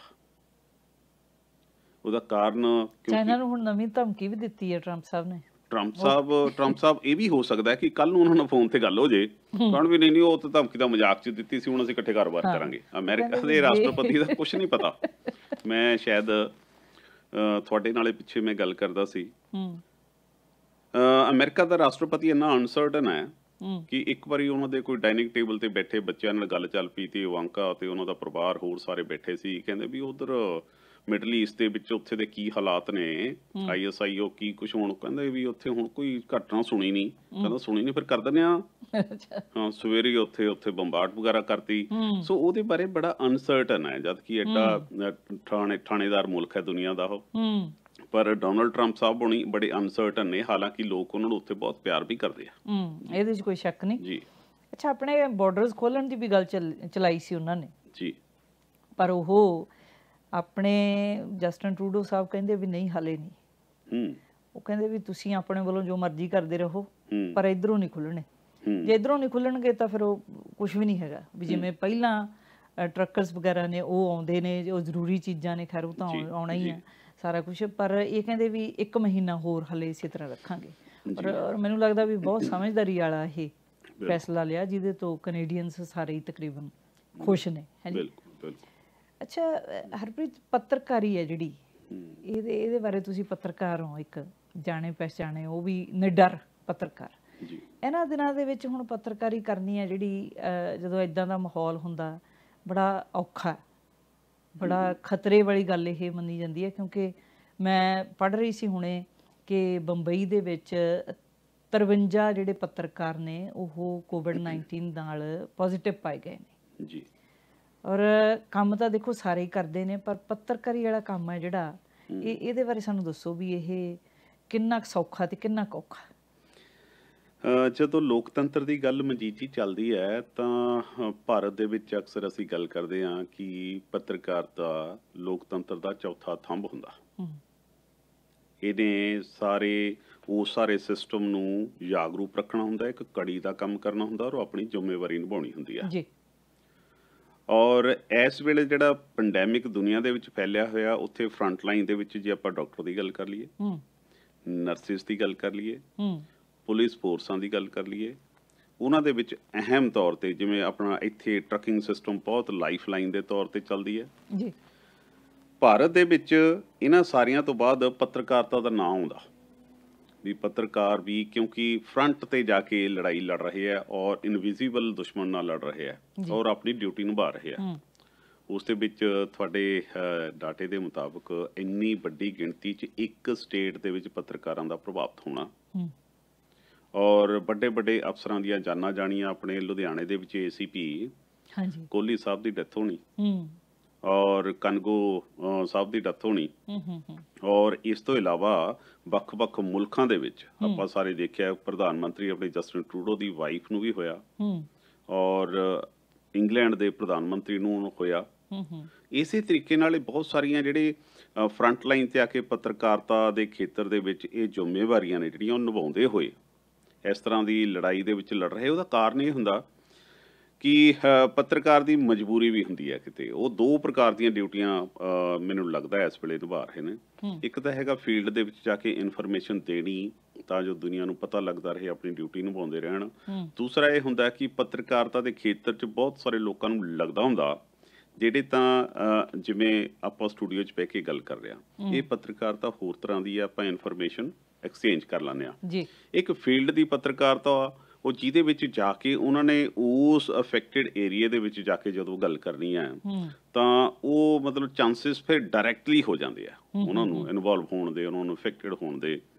ਓਡੀ ਵੱਡੀ ਗਿਣਤੀ 'ਚ ਰਹਿੰਦੀ ਕਸਰ ਇਹ ਹੁੰਦੀ ਹੈ ਕਿ ਸਾਡੇ ਵਰਗਾ ਮੁਲਕ ਹੈ ਜਿਹੜਾ ਭਾਰਤ ਦਾ ਜਾਂ ਪੰਜਾਬ ਦਾ, ਸਾਡੇ ਇੱਥੇ ਜਿਹੜੇ ਮੁਲਕ ਨੇ ਉੱਥੇ ਜਿਹੜੀਆਂ ਅਖਬਾਰਾਂ ਬਾਰੇ ਇੱਕ ਬੜਾ ਸੋਹਣਾ ਕਿਸੇ ਸਕਾਲਰ ਨੇ ਲਿਖਿਆ, ਕਹਿੰਦਾ ਜਾਣੀਆਂ ਤਾਂ ਇਹ ਖਬਰਾਂ ਵਾਸਤੇ ਜਾਂਦੀਆਂ ਨੇ ਪਰ ਹੁੰਦੀਆਂ ਬਿਜ਼ਨਸ ਵਾਸਤੇ ਨੇ। ਸੋ ਜਿਹੜੇ ਉਹਨਾਂ ਦੇ ਮਾਲਕ ਨੇ ਉਹ ਉਹਨਾਂ ਦੇ ਬਗਲੀਆਂ ਪਵਾ ਕੇ ਰੱਖਦੇ ਵੀ ਖਬਰ ਵੀ ਚਾਹੀਦੀ ਹੈ, ਬਿਜ਼ਨਸ ਵੀ ਚਾਹੀਦੀ ਹੈ, ਚੱਲ ਵੇ ਕਾਕਾ।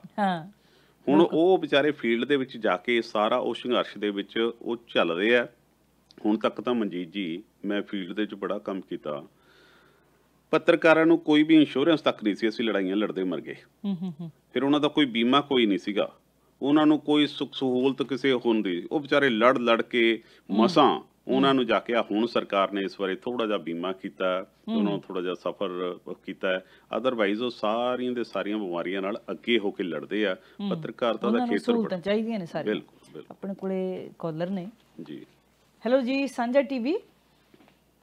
ਹੈਲੋ, ਸਤਿ ਸ਼੍ਰੀ ਅਕਾਲ। ਜਗਰਾਜ ਗਿੱਲ ਪੱਤਰਕਾਰ ਬੋਲਦਾ, USA ਦੇ ਸਾਊਥ ਕੈਰੋਲੀਨਾ ਸਟੇਟ ਤੋਂ ਜੀ। ਸਤਿ ਸ਼੍ਰੀ ਅਕਾਲ ਜੀ। ਸਤਿ ਸ਼੍ਰੀ ਅਕਾਲ ਜੀ। ਹਾਂ ਜੀ, ਮੈਂ ਹੀ ਦੱਸਣਾ ਚਾਹੁੰਦਾ ਆਪਦੇ ਬਾਰੇ। ਪੰਜਾਬ ਦੇ ਵਿੱਚ ਮੈਂ ਅਬੋਹਰ ਮਲੋਟ ਬਠਿੰਡੇ 25 ਸਾਲ ਪੱਤਰਕਾਰੀ ਕੀਤੀ, ਘਰੋਂ ਤਮਾਸ਼ਾ ਫੂਕ ਕੇ ਤੇ ਕਦੇ ਵੀ ਬਲੈਕਮੇਲ ਨਹੀਂ ਕੀਤੀ। ਰੱਬ ਦੀ ਮਿਹਰ ਆ ਤੇ ਲਾਟਰੀਆਂ ਖੁੱਲਦੀਆਂ ਆਈਆਂ ਤੇ ਹੁਣ ਪੁੱਛੋ ਨਾ, ਬਹੁਤ ਵੱਡਾ ਘਰ ਆ ਤੇ ਸਾਡੇ ਸਟੇਟ 'ਚ ਕੋਈ ਵੀ ਇਹੋ ਜਿਹੀ ਪ੍ਰੋਬਲਮ ਨਹੀਂ ਤੇ ਸਾਰੇ ਸੁਖੀ ਆ। ਬਹੁਤ ਚੰਗੀ ਗੱਲ ਹੈ ਜੀ। ਜਿੰਨੇ ਵੀ ਮੇਰੇ ਦੋਸਤ ਪੱਤਰਕਾਰ ਸੀ ਸਾਰਿਆਂ ਦੇ ਬੱਚੇ ਕੈਨੇਡਾ, ਅਮਰੀਕਾ ਤੇ ਆਸਟ੍ਰੇਲੀਆ ਸੈੱਟ ਹੋ ਗਏ। ਜਿੰਨੀ ਵੀ ਵਧੀਆ ਪੱਤਰਕਾਰੀ ਕੀਤੀ ਉਨੇ ਹੀ ਵਧੀਆ ਦੇਸ਼ 'ਚ ਉਹਨਾਂ ਦੇ ਬੱਚੇ ਸੈੱਟ ਆ। ਕੁਦਰਤੀ ਗੱਲ। ਬਹੁਤ ਵਧੀਆ ਜੀ, ਬਹੁਤ ਵਧੀਆ। ਹਾਂ ਜੀ, ਤੇ ਮੈਂ ਤੁਹਾਨੂੰ ਕੁਝ ਪੁਆਇੰਟ ਦੱਸਣੇ ਚਾਹੁੰਦਾ ਵੀ ਇਹ ਤੀਜੀ ਕੀਟਾਣੂ ਵਪਾਰ ਜਿਹੜੀ ਸ਼ੁਰੂ ਹੋਈ ਆ, ਉਹਦੇ ਹੋਣ ਤੋਂ ਬਾਅਦ ਕੀ ਕੀ ਮਹਿਸੂਸ ਹੋਇਆ। ਸਮਾਨੀ ਵਾਤਾਵਰਨ ਸਾਫ਼ ਹੋਣ ਬਾਅਦ ਦੂਰੋਂ ਪਹਾੜਾਂ ਦੇ ਦਰਸ਼ਨ ਹੋ ਗਏ ਤੇ ਅਨੇਕਾਂ ਮੋਦੀ ਭਗਤਾਂ ਨੇ ਮੌਤ ਦੀ ਅਫਸੋਸ ਕਰਕੇ ਦੀਵਾਲੀ ਮਨਾਈ ਤੇ ਅਮਰੀਕਾ ਦੁਨੀਆ ਦਾ ਆਗੂ ਨਹੀਂ ਰਿਹਾ। ਚੀਨ ਨੇ ਤੀਜੀ ਵਿਸ਼ਵ ਜੰਗ ਛੇੜਨ ਤੋਂ ਬਿਨਾਂ, ਕੋਈ ਮਜਾਲ ਛੱਡਣ ਤੋਂ ਬਿਨਾਂ ਹੀ ਆਸਾਨੀ ਨਾਲ ਜਿੱਤ ਲਈ ਆ ਤੇ यूरोपीयन इन्ने पढ़े लिखे नहीं, ये सबूत मिल गया भी ये समझा गया। अमीरां नालों गरीबां विच किसी भी महामारी विरुद्ध लड़न की ताकत वध साबित हुई है। किसी भी पादरी, पुजारी, ग्रंथी, मौलवी, जादूगर, जोशी ने कोई भी कोरोना पीड़ित नूं बचाउण दा दावा नहीं किया। कमाल हो गई। सही कोई गल। भी पहलवान, क्रिकेटर, फुटबालर, फिल्मी हीरो, सेहत कर्मचारियों तो वड्डा हीरो नहीं रहा। लॉकडाउन में बिना खपत तो तेल की कीमत कुछ भी नहीं रही। धरती उत्ते अपने हक का पता पशु पंछियों नूं लग गया जी। शहरी अमीर बच्चों नूं तारे टिमटिमाउंदियां दे दर्शन हो गए जी। बहुत अच्छे।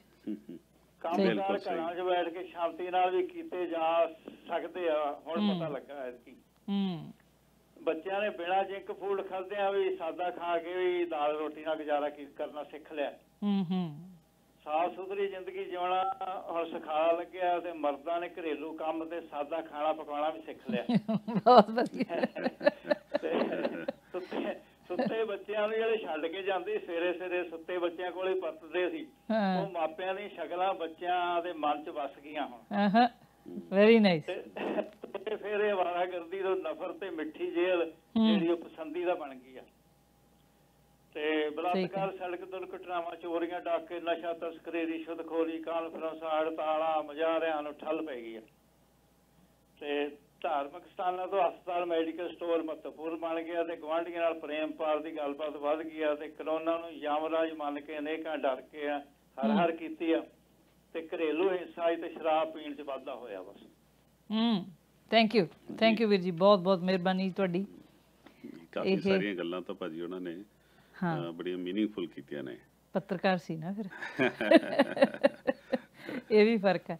ਅੱਛਾ, ਹੁਣ ਘਰ ਰਹਿਣ ਦਾ ਜਿਹੜਾ ਫਰਕ ਪੈ ਗਿਆ ਨਾ, ਬਹੁਤ ਸਾਰੇ ਲੋਕ ਘਰਾਂ 'ਚ ਨੇ ਇਸ ਵੇਲੇ, ਕੰਮ ਬੰਦ ਨੇ ਬਹੁਤੇ, ਤੇ ਸੁਣਨ 'ਚ ਆ ਰਿਹਾ ਵੀ ਜਿਹੜੀ ਘਰੇਲੂ ਵਾਇਲੈਂਸ ਹੈ ਉਹ ਕਾਫੀ ਸ਼ੁਰੂ ਹੋ ਗਈ ਹੈ। ਹੁਣ ਇਹ ਇੱਕ ਨੈਗੇਟਿਵ ਪੱਖ ਹੈ ਜਿਹੜਾ, ਇਹ ਮੇਰੇ ਖਿਆਲ ਨਹੀਂ ਵੀ ਇਹ ਬਾਹਰ ਆਉਣਾ ਚਾਹੀਦਾ।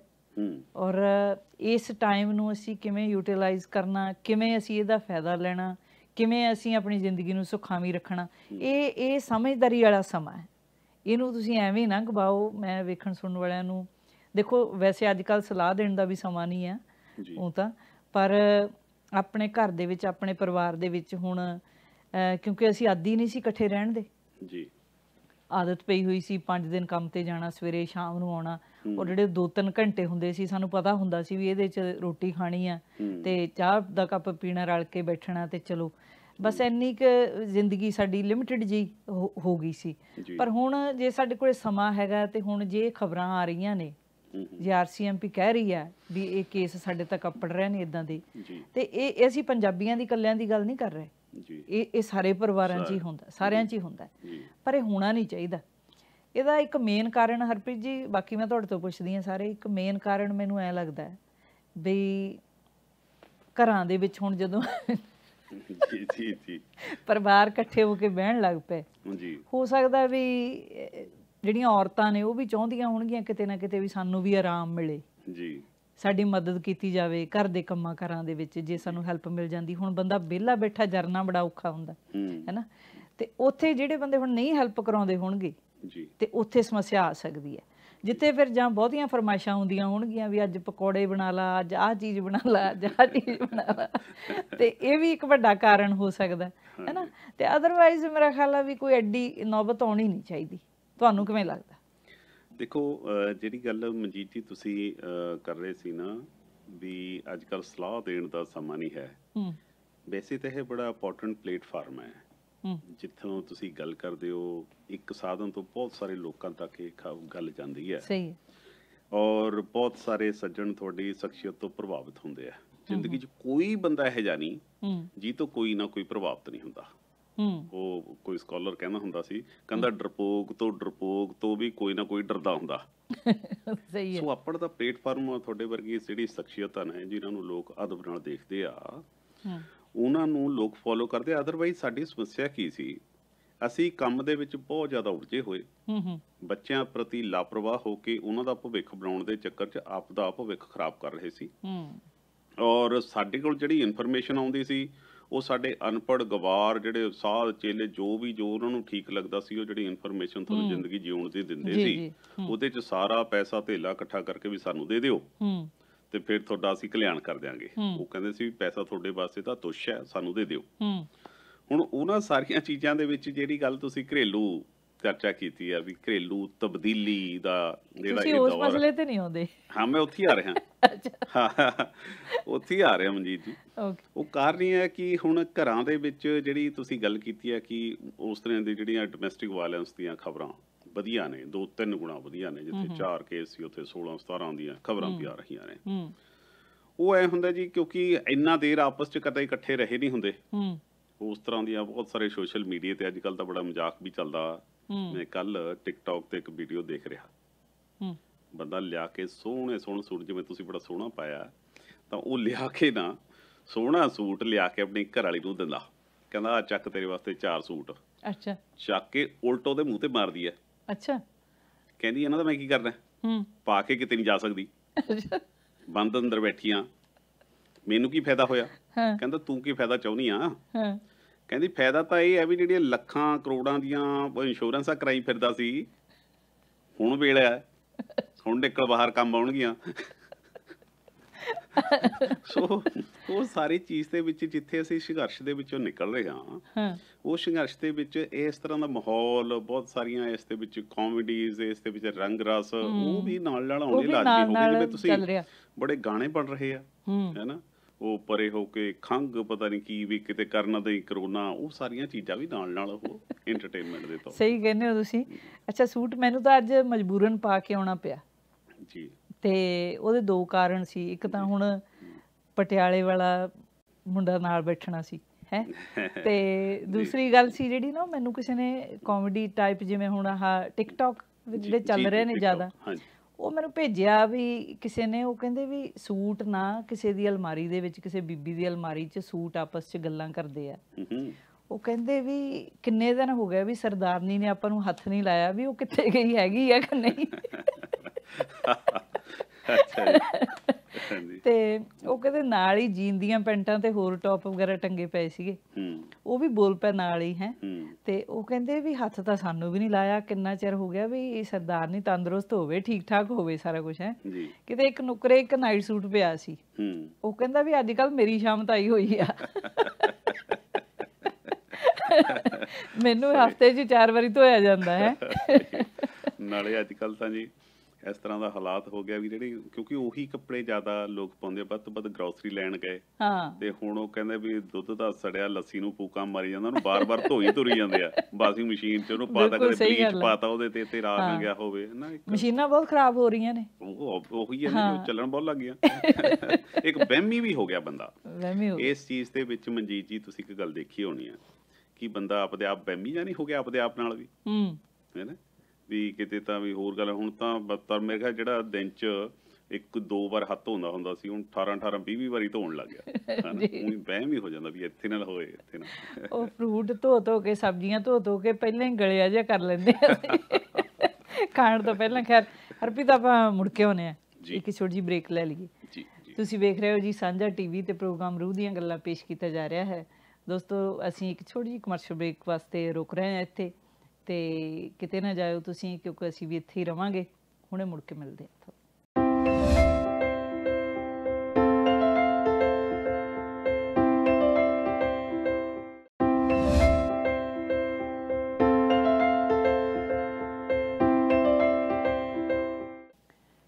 ਤੁਸੀਂ ਵੇਖ ਰਹੇ ਹੋ ਜੀ ਸਾਂਝਾ ਟੀਵੀ ਤੇ ਸਾਡੀ ਵਾਪਸੀ ਹੈ ਇੱਕ ਛੋਟੀ ਜਿਹੀ ਕਮਰਸ਼ੀਅਲ ਬ੍ਰੇਕ ਤੋਂ ਬਾਅਦ। ਪ੍ਰੋਗਰਾਮ ਰੂਹ ਦੀਆਂ ਗੱਲਾਂ ਪੇਸ਼ ਕੀਤਾ ਜਾ ਰਿਹਾ ਹੈ ਮਨਜੀਤ ਕੌਰ ਕੰਗ ਵੱਲੋਂ, ਤੇ ਮੇਰੇ ਨਾਲ ਹਰਪ੍ਰੀਤ ਸਿੰਘ ਢਾਲੀਵਾਲ ਹੁਰੀ ਅੱਜ ਦੇ ਮੇਰੇ ਮਹਿਮਾਨ ਹਨ।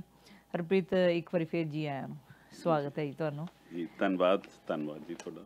ਤੇ ਆਪਾਂ ਹੁਣ ਗੱਲ ਕਰੀਏ ਇੰਡੀਆ ਦੀ, ਆਪਣੇ ਮੁਲਕ ਦੀ। ਫੇਰ ਉੱਥੇ ਆਪਾਂ ਜਾਂਦੇ ਹਾਂ। ਪੁਲਿਸ ਦਾ ਜਿਹੜਾ ਉੱਥੇ ਰੋਲ ਰਿਹਾ ਹੈ ਨਾ ਦਿਨਾਂ ਦੇ ਵਿੱਚ, ਕਰਫਿਊ ਦੇ ਦਿਨਾਂ ਦੇ ਦੌਰਾਨ, ਪਹਿਲਾਂ ਕਾਫੀ ਭੰਡੀ ਜੀ ਹੋ ਗਈ। ਥੋੜੇ ਕੁ ਦਿਨ ਕਾਫੀ ਵੀਡੀਓਜ਼ ਆਉਂਦੀਆਂ ਰਹੀਆਂ, ਲੋਕਾਂ ਨੇ ਕਾਫੀ ਲਾਹਨਤ ਪਾਈ, ਤੇ ਫਿਰ ਬਹੁਤ ਸਾਰੇ ਚੰਗੀਆਂ ਵੀਡੀਓਜ਼ ਵੀ ਆਉਣ ਲੱਗ ਪਈਆਂ ਵੀ ਕਿਸੇ ਬੱਚੇ ਦਾ ਬਰਥਡੇ ਆ, ਕਿਸੇ ਬਾਪ ਨੇ ਫੋਨ ਕਰਤਾ ਵੀ ਸਾਡਾ ਬੱਚਾ ਰੋ ਰਿਹਾ, ਤੇ ਉਹ ਕੇਕ ਲੈ ਕੇ 4-5 ਪੁਲਿਸ ਵਾਲੇ ਚਲੇ ਗਏ ਗੇਟ ਤੇ, ਹਨਾ। ਚਲੋ ਬੰਦੇ ਨੇ ਜਿਹੜੇ ਉਹ ਸਾਰੇ ਆਪਣੇ ਵਰਗੇ ਹੀ ਹੁੰਦੇ ਆ, ਕਿਸੇ ਵੀ ਪ੍ਰੋਫੈਸ਼ਨ ਦੇ ਵਿੱਚ ਹੋਣ। ਮੈਂ ਕਹਿੰਦੀ ਹੁੰਦੀ ਆ ਵੀ ਚੰਗੀ ਮਾੜੀ ਸਾਡੀ ਸੋਚ ਹੀ ਹੁੰਦੀ ਹੈ ਨਾ ਕਿਤੇ ਨਾ ਕਿਤੇ। ਪਰ ਹੁਣ ਇੱਕ ਖਬਰ ਇਹ ਵੀ ਆਈ ਕਿ ਇੱਕ ਬੰਦੇ ਨੇ ਜਿਹੜਾ ਕਿ ਦੁੱਧ ਲੈਣ ਜਾ ਰਿਹਾ ਸੀ, ਉਹਨੂੰ ਪੁਲਿਸ ਨੇ ਫੜ ਕੇ ਇੰਨਾ ਕੁ ਕੁੱਟਿਆ ਤੇ ਉਹਨੇ ਘਰ ਆ ਕੇ ਖੁਦਕੁਸ਼ੀ ਕਰ ਲਈ ਵੀ ਮੈਂ ਇੰਨੀ ਕੁ ਬੇਇੱਜ਼ਤੀ ਮਹਿਸੂਸ ਕਰਦਾ। ਸੋ ਇਹ ਸਾਰਾ ਕੁਝ ਜਿਹੜਾ ਹੋ ਰਿਹਾ ਉੱਥੇ ਕਿਤੇ ਨਾ ਕਿਤੇ ਕਰਫਿਊ ਲੱਗਿਆ ਹੋਇਆ ਠੀਕ ਹੈ, ਪਰ ਲੋਕ ਫੋਲੋ ਨਹੀਂ ਕਰ ਰਹੇ। ਉਹਨਾਂ ਨੂੰ ਸਮਝਾਉਣ ਦਾ ਇੱਕ ਸਹੀ ਤਰੀਕਾ ਵੀ ਹੋਣਾ ਚਾਹੀਦਾ। ਹੁਣ ਜਿਹੜੀ ਇੱਕ ਪਟਿਆਲੇ ਦੇ ਵਿੱਚ ਘਟਨਾ ਹੋਈ ਹੈ, ਇੱਕ ਪੁਲਿਸ ਵਾਲੇ ਦਾ ਹਾਥੀ ਨਾਲੋਂ ਲਾਤਾ ਹੈ ਨਾ, ਇਹ ਸਾਰੇ ਕੁਝ ਨੂੰ ਤੁਸੀਂ ਕਿਵੇਂ ਵੇਖਦੇ ਹੋ? ਜਦੋਂ ਆਪਾਂ ਇੰਡੀਆ ਦੇ ਪਰਸਪੈਕਟਿਵ ਦੇ ਨਾਲ ਦੇਖਦੇ ਆ ਇਹਨੂੰ, ਤਾਂ ਉੱਥੇ ਥੋੜਾ ਜਿਹਾ ਸਿਨੈਰੀਓ ਮਨਜੀਤ ਜੀ ਚੇਂਜ ਹੈ।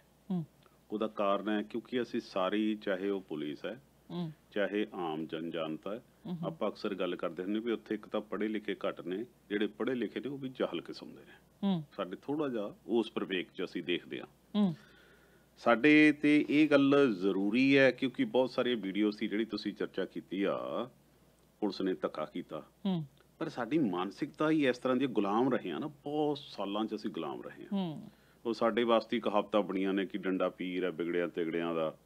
ਸਾਨੂੰ ਆਮ ਤੌਰ ਤੇ ਤੁਸੀਂ ਸਮਝਾ ਕੇ ਦੇਖ ਲਓ ਵੀ ਕਰਫਿਊ ਲੱਗਿਆ, ਕਰਫਿਊ ਦਾ ਮਤਲਬ ਹੈ ਤੁਸੀਂ ਬਿਲਕੁਲ ਅੰਦਰ ਰਹਿਣਾ, ਬਾਹਰ ਨਿਕਲਦੇ ਤੁਹਾਡੇ ਤੇ ਉਹ ਸਾਡੇ ਸੰਵਿਧਾਨ ਦੇ ਮੁਤਾਬਕ ਤੁਹਾਡੇ ਤੇ ਗੋਲੀ ਵੀ ਚੱਲ ਸਕਦੀ ਆ, ਤੁਹਾਡੇ ਤੇ ਕੋਈ ਵੀ ਨੁਕਸਾਨ ਹੋ ਸਕਦਾ।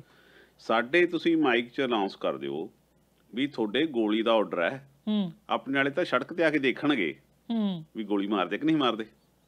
ਸਾਡੀ ਮਾਨਸਿਕਤਾ ਇਸ ਤਰ੍ਹਾਂ ਦੀ। ਫਿਰ ਰਹਿੰਦੀ ਕਸਰ ਇਹ ਹੈ ਜਿਹੜੀ ਸਾਡੀ ਪੁਲਿਸ ਅਸਲ 'ਚ ਗੋਰਿਆਂ ਨੇ ਜਦੋਂ ਇਹ ਡਿਵੈਲਪ ਕੀਤੀ ਸੀ, ਉਹ ਕੋਈ ਤੁਹਾਨੂੰ ਡਿਸਿਪਲਿਨ ਵਾਸਤੇ ਨਹੀਂ ਸੀ ਬਣਾਈ। ਉਹ ਬੜਾ ਥੋੜੇ ਜਿਹੇ ਤਸ਼ੱਦਦ ਕਰਨ ਵਾਸਤੇ, ਗੁਲਾਮਾਂ ਤੇ ਸਲੇਵਸ ਤੇ, ਉਸ ਵਾਸਤੇ ਪੁਲਿਸ ਬਣਾਈ ਸੀ। ਸਾਡੀ ਪੁਲਿਸ ਦਾ ਉਹੀ ਨਜ਼ਰੀਆ ਹੁਣ ਤੁਰਿਆ ਆਉਂਦਾ, ਉਹੀ ਪੁਲਿਸ ਦੇ ਜਿਹੜੇ ਕੰਮਕਾਜ ਦੇ ਤਰੀਕੇ ਨੇ, ਉਹੀ ਜੇ ਤੁਸੀਂ ਇਹਨਾਂ ਦੇ ਡਾਟੇ ਕੱਢ ਕੇ ਦੇਖੋ, ਇਹਨਾਂ ਨੂੰ ਵਿਚਾਰਿਆਂ ਨੂੰ ਉਹੀ ਸਾਈਕਲਾਂ ਦੇ 90 ਰੁਪਏ, ਹੁਣ ਤਾਂ ਮੋਟਰਸਾਈਕਲਾਂ ਦਾ ਕੁਝ ਖਰਚਾ ਕਰਤਾ, ਉਹੀ ਇਹਨਾਂ ਦੇ ਜਿਹੜੇ ਪਰਚੇ ਲਿਖਦੇ ਆ ਉਹਨਾਂ ਭਾਸ਼ਾਵਾਂ 'ਚ, ਫਾਰਸੀ ਚ ਅਰਬੀ 'ਚ ਜਿਹੜੇ ਉੱਥੋਂ ਲਫ਼ਜ਼ ਜਿਹੜੇ ਵਰਤੇ ਜਾਂਦੇ ਆ, ਉਹਦੇ 'ਚ ਕੋਈ ਵੀ ਚੇਂਜ ਨਹੀਂ। ਉਸੇ ਕਰਕੇ ਮਾਨਸਿਕਤਾ 'ਚ ਵੀ ਚੇਂਜ ਨਹੀਂ। ਪੁਲਿਸ ਨੂੰ ਵੀ ਇਹੀ ਲੱਗਦਾ ਵੀ ਇਹਨਾਂ ਨੂੰ ਜਾਨਵਰਾਂ ਵਾਂਗੂ ਕੁੱਟਣਾ ਹੁੰਦਾ, ਤੇ ਸਾਡੇ ਵਾਲਿਆਂ ਨੂੰ ਵੀ ਪਤਾ ਹੁੰਦਾ ਕਿ ਜੇ ਪੁਲਿਸ ਆ ਗਈ ਤਾਂ ਕੁੱਟਣ ਆਈ ਹੈ, ਇੱਥੇ ਵਾਲੀ ਵਾਂਗੂ ਨਹੀਂ ਵੀ ਮਦਦ ਕਰਨੀ ਆਈ। ਸੋ ਦੋਏ ਪਾਸੇ ਕਮੀਆਂ ਨੇ ਉਹਨਾਂ ਸਾਰੀਆਂ ਚੀਜ਼ਾਂ ਦੇ ਵਿੱਚ। ਪਰ ਇਹਦੇ ਵਿੱਚ ਹਰਪ੍ਰੀਤ, ਮੈਂ ਤੁਹਾਡੀ ਗੱਲ ਵਿੱਚੋਂ ਰੋਕ ਰਹੀ ਹਾਂ ਜੀ, ਕਿਉਂਕਿ ਪਹਿਲਾਂ ਉੱਥੋਂ ਅੱਜ ਤੋਂ 30 ਸਾਲ ਪਹਿਲਾਂ ਜਦੋਂ ਉੱਥੇ ਹੋਈਦਾ ਸੀ, ਦੇਖੀਦਾ ਸੀ ਵੀ ਬੈਂਕ ਦੇ ਵਿੱਚ ਜਾਣਾ ਨਾ, ਤੇ ਉੱਥੇ ਵੀ ਕੋਈ ਵਧੀਆ ਢੰਗ ਨਾਲ ਬੋਲਦਾ ਨਹੀਂ ਸੀ, ਹੈ ਨਾ। ਕੋਈ ਐ ਕਰਦੇ ਸੀ ਵੀ ਜਿਵੇਂ ਤੁਸੀਂ ਕੋਈ ਇੱਥੇ ਮੰਗਤੇ ਬਣ ਕੇ ਆਏ ਹੁੰਦੇ ਆ, ਆਪਣੇ ਪੈਸੇ ਹੁੰਦੇ ਸੀ ਤੁਹਾਡੇ, ਆਪਣਾ ਸਭ ਕੁਝ ਹੁੰਦਾ ਸੀ। ਪਰ ਹੁਣ ਬਦਲਾਵ ਆ ਗਿਆ, ਨਵੇਂ ਮੁੰਡੇ ਕੁੜੀਆਂ ਪੜ੍ਹੇ ਲਿਖੇ ਨੇ ਜਿਹੜੇ ਬੈਂਕਾਂ ਦੇ ਵਿੱਚ ਉੱਥੇ ਆ ਰਹੇ ਨੇ, ਉਹ ਬੜਾ ਤੁਹਾਨੂੰ ਸਰ ਜਾਂ ਮੈਡਮ ਕਹਿ ਕੇ ਬੁਲਾਉਂਦੇ ਨੇ, ਚੰਗੀ ਸਰਵਿਸ ਮਿਲਣ ਲੱਗ ਗਈ ਲੋਕਾਂ ਨੂੰ। ਪੁਲਿਸ ਦੇ ਵਿੱਚ ਵੀ ਤਾਂ ਇੱਦਾਂ ਹੋਏਗਾ, ਨਵੇਂ ਮੁੰਡੇ ਕੁੜੀਆਂ ਪੜ੍ਹੇ ਲਿਖੇ ਨੇ ਜਿਹੜੇ ਆ ਰਹੇ ਨੇ, ਤੁਹਾਨੂੰ ਨਹੀਂ ਲੱਗਦਾ ਵੀ ਉਹਨਾਂ ਨੂੰ ਕੋਈ ਤਬਦੀਲੀ ਲੈ ਕੇ ਆਉਣੀ ਚਾਹੀਦੀ ਹੈ?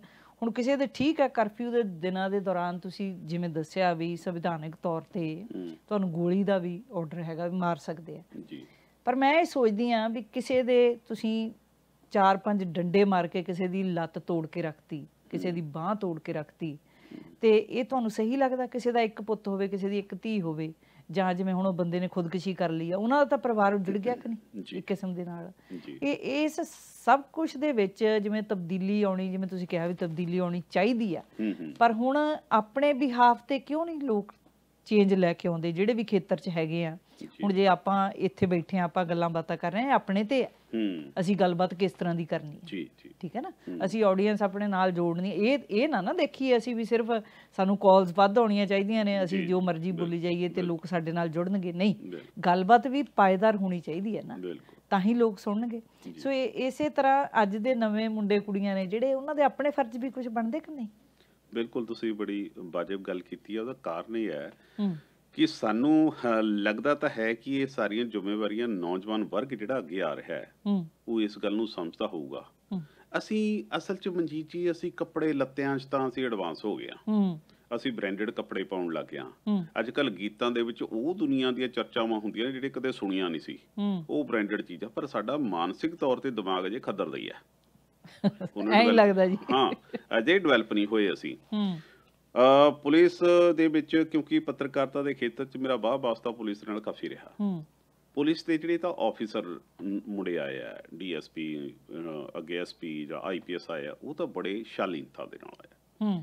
ਜਿਹੜੇ ਮੁੰਡੇ ਜਿਹੜੇ ਨੀਚੇ ਭਰਤੀ ਹੋਇਆ ਉਹਨਾਂ ਦੀ ਮਾਨਸਿਕਤਾ ਅਜੇ, ਕਿਉਂਕਿ +2 ਤੋਂ ਬਾਅਦ ਕੋਈ ਹੋ ਗਿਆ, ਕੋਈ ਗ੍ਰੈਜੂਏਸ਼ਨ ਕਰਦਾ ਹੋ ਗਿਆ, ਜਾਂ ਫਿਰ ਕਿਸੇ ਨੇ MA ਕਰ ਲਈ, ਉਸ ਵੇਲੇ ਉਹਨਾਂ ਨੂੰ ਉਨੀ ਉਹ ਟ੍ਰੇਨਿੰਗ ਵੀ ਉਸੇ ਤਰੀਕੇ ਨਾਲ ਸਾਡੇ ਜਿੱਥੋਂ ਦਿੱਤੀਆਂ ਜਾਂਦੀਆਂ ਨੇ, ਉਹਨਾਂ ਦਾ ਉਨਾ ਵਧੀਆ ਨਜ਼ਰੀਆ ਨਹੀਂ ਇਹ ਰਿਜ਼ਲਟ ਆ ਰਹੇ ਨੇ ਕਿ ਉਹਨਾਂ ਨੂੰ ਲੱਗਦਾ ਵੀ ਹਾਂ ਵੀ ਹੁਣ ਸਾਨੂੰ ਮੌਕਾ ਮਿਲਿਆ ਕਿ ਆਪਾਂ ਡੰਡੇ ਮਾਰ ਦਈਏ 4। ਉਹ ਫਿਰ ਉਹ ਕੰਬੀਨੇਸ਼ਨ ਜਾਂ ਸੂਤ ਨਹੀਂ ਬੈਠ ਰਿਹਾ। ਔਰ ਸਾਡੇ ਪੰਜਾਬੀਆਂ ਦੀ ਆਦਤ ਹੈ, ਕਿਉਂਕਿ ਇਹ ਰੋਬ ਦੇ ਅੱਗੇ ਦਬਦੇ ਨਹੀਂ ਹਨ, ਫਿਰ ਟਿਟ ਪੋ ਟੈਟ ਜ਼ਰੂਰ ਕਰਦੇ ਆ। ਫਿਰ ਪੰਜਾਬੀਆਂ ਦੇ ਵਿੱਚ ਮਾਨਸਿਕਤਾ ਇਸ ਤਰ੍ਹਾਂ ਦੀ ਹੋ ਗਈ ਹੈ ਕਿ ਉਹਨਾਂ ਦੇ ਖਿਲਾਫ ਨਫ਼ਰਤ ਰੱਖਣੀ, ਜਾਂ ਫਿਰ ਜਦੋਂ ਲੋੜ ਪੈਣੀ, ਹੁਣ ਪਟਿਆਲੇ ਦੇ ਵਿੱਚ ਘਟਨਾ ਹੋਈ, ਮੇਰੇ ਦੋਸਤ ਸੀਗੇ ਜਿੰਨੇ ਵੀ, ਉਹ ਬਿੱਕਰ ਸਿੰਘ ਹੋਣੀ, ਚਾਹੇ ਇੰਸਪੈਕਟਰ ਸੀਗੇ, ਚਾਹੇ ਹਰਜੀਤ ਸਿੰਘ ਹੋਣੀ ਸੀਗੇ, ਤੇ ਉਹ ਸਾਡੇ ਹੀ ਪਟਿਆਲੇ ਦੇ ਇਲਾਕੇ ਦਾ ਉਹ ਡੇਰਾ ਖਿਚੜੀ ਸਾਹਿਬ ਵਾਲਾ ਜਿਹੜਾ ਬਾਬਾ ਬਲਵੀਰ ਸਿੰਘ ਜਿਹੜਾ ਵੀ ਸੀ, ਉਹ ਜੋ ਉਹ ਘਟਨਾ ਹੋਈ ਹੈ ਨਾ, ਉਹ ਚਾਹੇ ਬੈਂਸ ਨੂੰ ਬਹੁਤ ਸਾਰੇ ਲੋਕ ਕਹਿੰਦੇ ਆ ਕਿ ਬੈਂਸ ਨੇ ਮਾੜਾ ਕਿਹਾ, ਪਰ ਪੁਲਿਸ ਦੀ ਇਮੇਜ ਇਸ ਤਰ੍ਹਾਂ ਦੀ ਬਣ ਗਈ ਹੈ ਨਾ ਸਾਡੇ, ਕਿ ਪੁਲਿਸ ਧੱਕਾ ਕਰਦੀ ਹੈ, ਪੁਲਿਸ ਇਸ ਤਰੀਕੇ ਨਾਲ ਮਾਰਦੀ। ਹਾਲਾਂਕਿ ਉਹ ਵਿਚਾਰੇ ਸਵੇਰ ਦੇ ਡਿਊਟੀ ਤੇ ਖੜੇ ਸੀ ਵੀ ਲੋਕਾਂ ਦੀਆਂ ਪਰਚੀਆਂ ਦੇਖ ਕੇ ਆਪਾਂ ਉਹਨਾਂ ਦੀ ਮਦਦ ਵਾਸਤੇ ਵੀ ਲੋਕਾਂ ਨੂੰ ਲੈ ਕੇ ਜਾਈਏ। ਹੁਣ ਪੁਲਿਸ ਦੇ ਵਿੱਚ ਵੀ ਉਹ ਲੋਕਾਂ ਦੀ ਤਸਵੀਰ ਉਦਾਂ ਦੀ ਬਣੀ ਹੋਈ ਹੈ, ਗਾਹਾਂ ਨਿਹੰਗਾਂ ਦੀ ਤਾਂ ਤਸਵੀਰ ਇਹੀ ਹੈ ਕਿ ਇਹ ਬੰਦੇ ਪੜ੍ਹਦੇ ਆ ਸਿਰਫ, ਹੈ ਨਾ। ਸੋ ਉਹ ਦੋਵੇਂ ਚੀਜ਼ਾਂ ਪਰਸਨੈਲਿਟੀਆਂ ਜਿਹੜੀਆਂ ਕਲੈਸ਼ ਕਰ ਰਹੀਆਂ ਨੇ। ਮੌਜੂਦਾ ਦੌਰ ਦੇ ਹਿਸਾਬ ਨਾਲ ਸਾਡਾ ਮੁਲਕ ਤੁਰਨ ਨੂੰ ਅਜੇ ਤਿਆਰ ਨਹੀਂ ਹੋਇਆ। ਸਾਡੇ ਮੁਲਕ ਦੇ ਵਿੱਚ ਹੁਣ ਤਾਂ ਹਾਲਾਤ ਇਹ ਹੋ ਗਏ, ਕੋਈ ਕਹਾਵਤ ਹੈ ਨਾ, ਕਹਿੰਦਾ ਮਾਂ ਵੀ ਅੰਨੀ, ਧੀ ਵੀ ਅੰਨੀ, ਪੁੱਤ ਵੀ ਅੰਨਾ, ਤੇ ਅੰਨਾ ਹੈ ਜਮਾਈ, ਰੱਬ ਨੇ ਸਾਨੂੰ ਭਾਗ ਲਾਤੇ, ਹੁਣ ਤਾਂ ਨੂੰਹ ਵੀ ਅੰਨੀ ਆਈ। ਹੁਣ ਤਾਂ ਜਿਸ ਤਰ੍ਹਾਂ ਦੀ ਸਾਡੀ ਮਾਨਸਿਕਤਾ ਸੀ, ਉਹੋ ਜਿਹਾ ਸਾਡਾ ਦੇਸ਼ ਦਾ ਪ੍ਰਧਾਨ ਮੰਤਰੀ ਬਣਾਤਾ।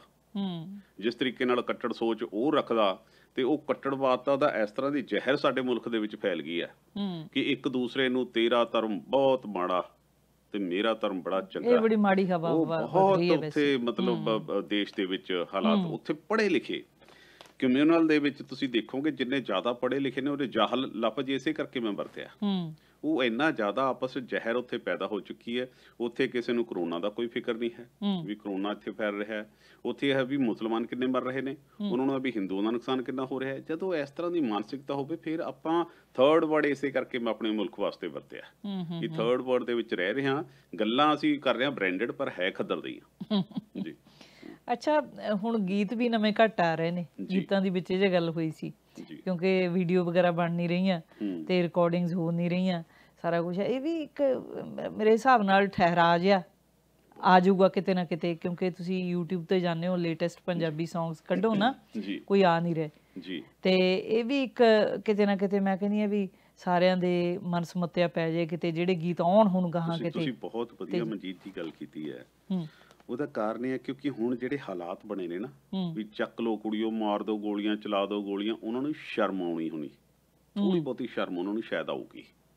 ਹੁਣ ਬਹੁਤ ਸਾਰੇ ਗਾਇਕ ਗੀਤਕਾਰ ਨੇ ਜਿਹੜੇ YouTube ਤੇ ਜਾਂ ਆਪਣੇ ਘਰਾਂ 'ਚ ਬੈਠ ਕੇ ਗੀਤ ਰਿਕਾਰਡ ਕਰ ਰਹੇ ਨੇ, ਬੜੇ ਸੰਜੀਦਗੀ ਵਾਲੇ ਆ ਰਹੇ ਨੇ।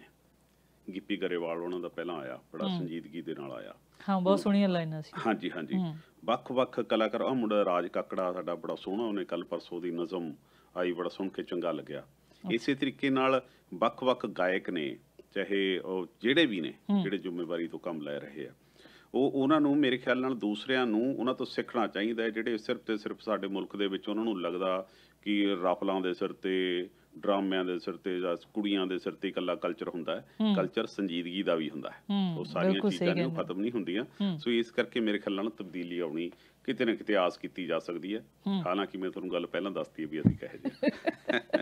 ਅੱਛਾ, NRIs ਨੂੰ ਬੜਾ ਭੰਡਿਆ ਗਿਆ ਪਿੱਛੇ ਜੀ, ਜਦੋਂ ਇਹ ਕਰੋਨਾ ਵਾਇਰਸ ਹੈ ਜਿਹੜਾ ਇੰਡੀਆ ਦੇ ਵਿੱਚ ਆਇਆ, ਲੋਕਾਂ ਨੇ ਉੱਥੇ ਕਹਿਣਾ ਸ਼ੁਰੂ ਕਰਤਾ। ਲੋਕਾਂ ਨੇ ਕਾਹਨੂੰ, ਇੱਕ ਮੰਤਰੀ ਨੇ ਬਿਆਨ ਦੇ ਦਿੱਤਾ ਤੇ ਉਹ ਤੋਂ ਬਾਅਦ ਜਾਹਲ ਕਿਸਮ ਦਾ ਇਹ ਬਿਆਨ ਸੀਗਾ।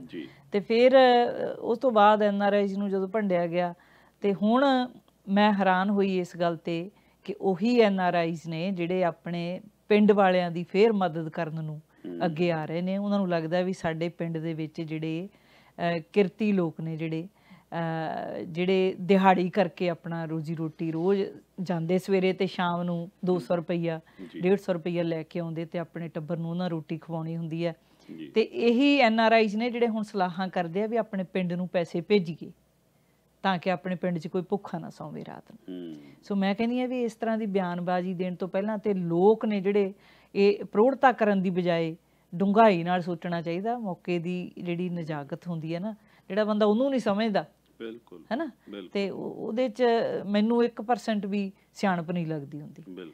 ਸੋ ਉਹ ਹੁਣ ਫੇਰ ਉਹੀ ਲੋਕ ਨੇ ਜਿਹੜੇ ਕੱਲ੍ਹ ਹੀ ਮੈਨੂੰ ਫੋਨ ਆਇਆ ਹਜੇ ਮੇਰੇ ਪੇਕੇ ਪਿੰਡ ਤੋਂ, ਮੇਰੀ ਭੈਣ ਹੀ ਲੱਗਦੀ ਹੈ ਵੱਡੀ, ਵੀ ਆਪਣੇ ਪਿੰਡ ਦੇ ਵਿੱਚ ਪੈਸੇ ਭੇਜਣ ਦੀ ਸਲਾਹ ਕਰ ਰਹੇ ਆ, ਵੀ ਜੇ ਤੁਹਾਡੀ ਕੀ ਉਹਦੇ ਬਾਰੇ ਰਾਏ ਆ ਜਾਂ ਕਿਵੇਂ ਆ।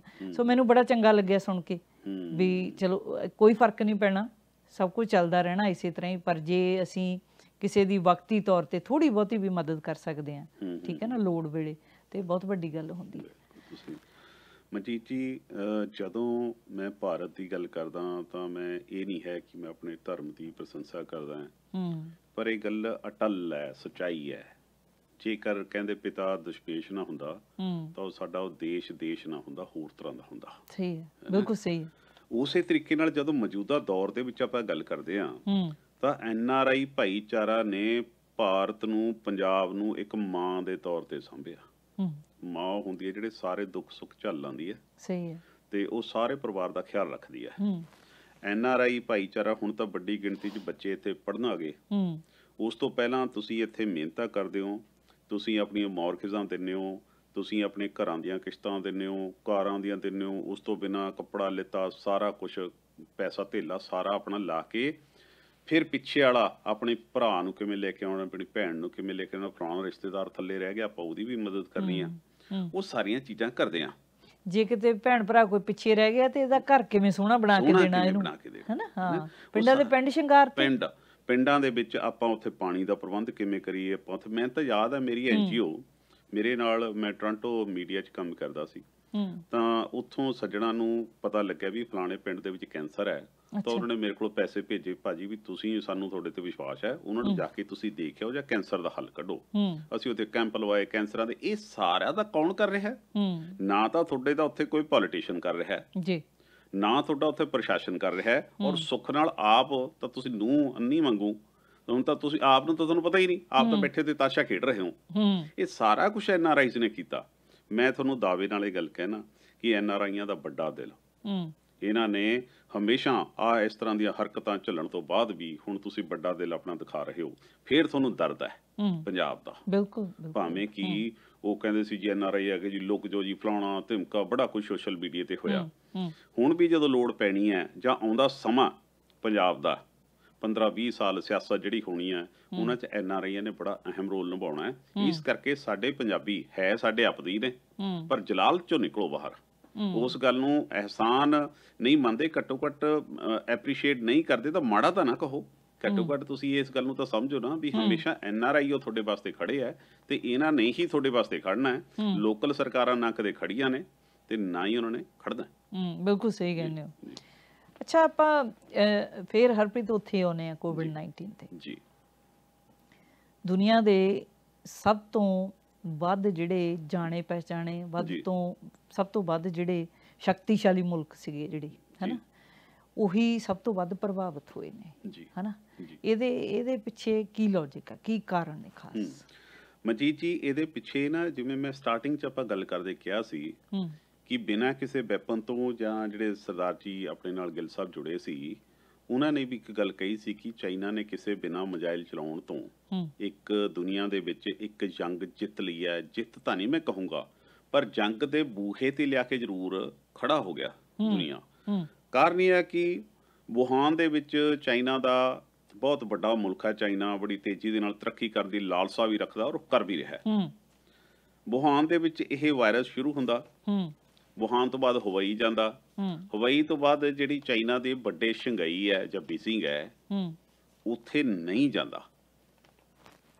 ਉਸ ਤੋਂ ਬਿਨਾਂ ਅਮਰੀਕਾ ਵਰਗਾ ਮੁਲਕ ਹੈ ਜਿੱਥੇ ਉਹ ਜਿਹੜਾ ਆਪਦਿਆਂ ਨੂੰ ਬੜਾ ਤਾਕੜ ਮੁਲਕ ਦਿਖਾਉਂਦਾ, ਜਾਂ ਫਿਰ ਅਮਰੀਕਾ ਨੂੰ ਵੀ ਛੱਡ ਦਈਏ, G7 ਦੀ ਆਪਾਂ ਗੱਲ ਕਰ ਲੈਂਦੇ ਹਾਂ ਜੀ।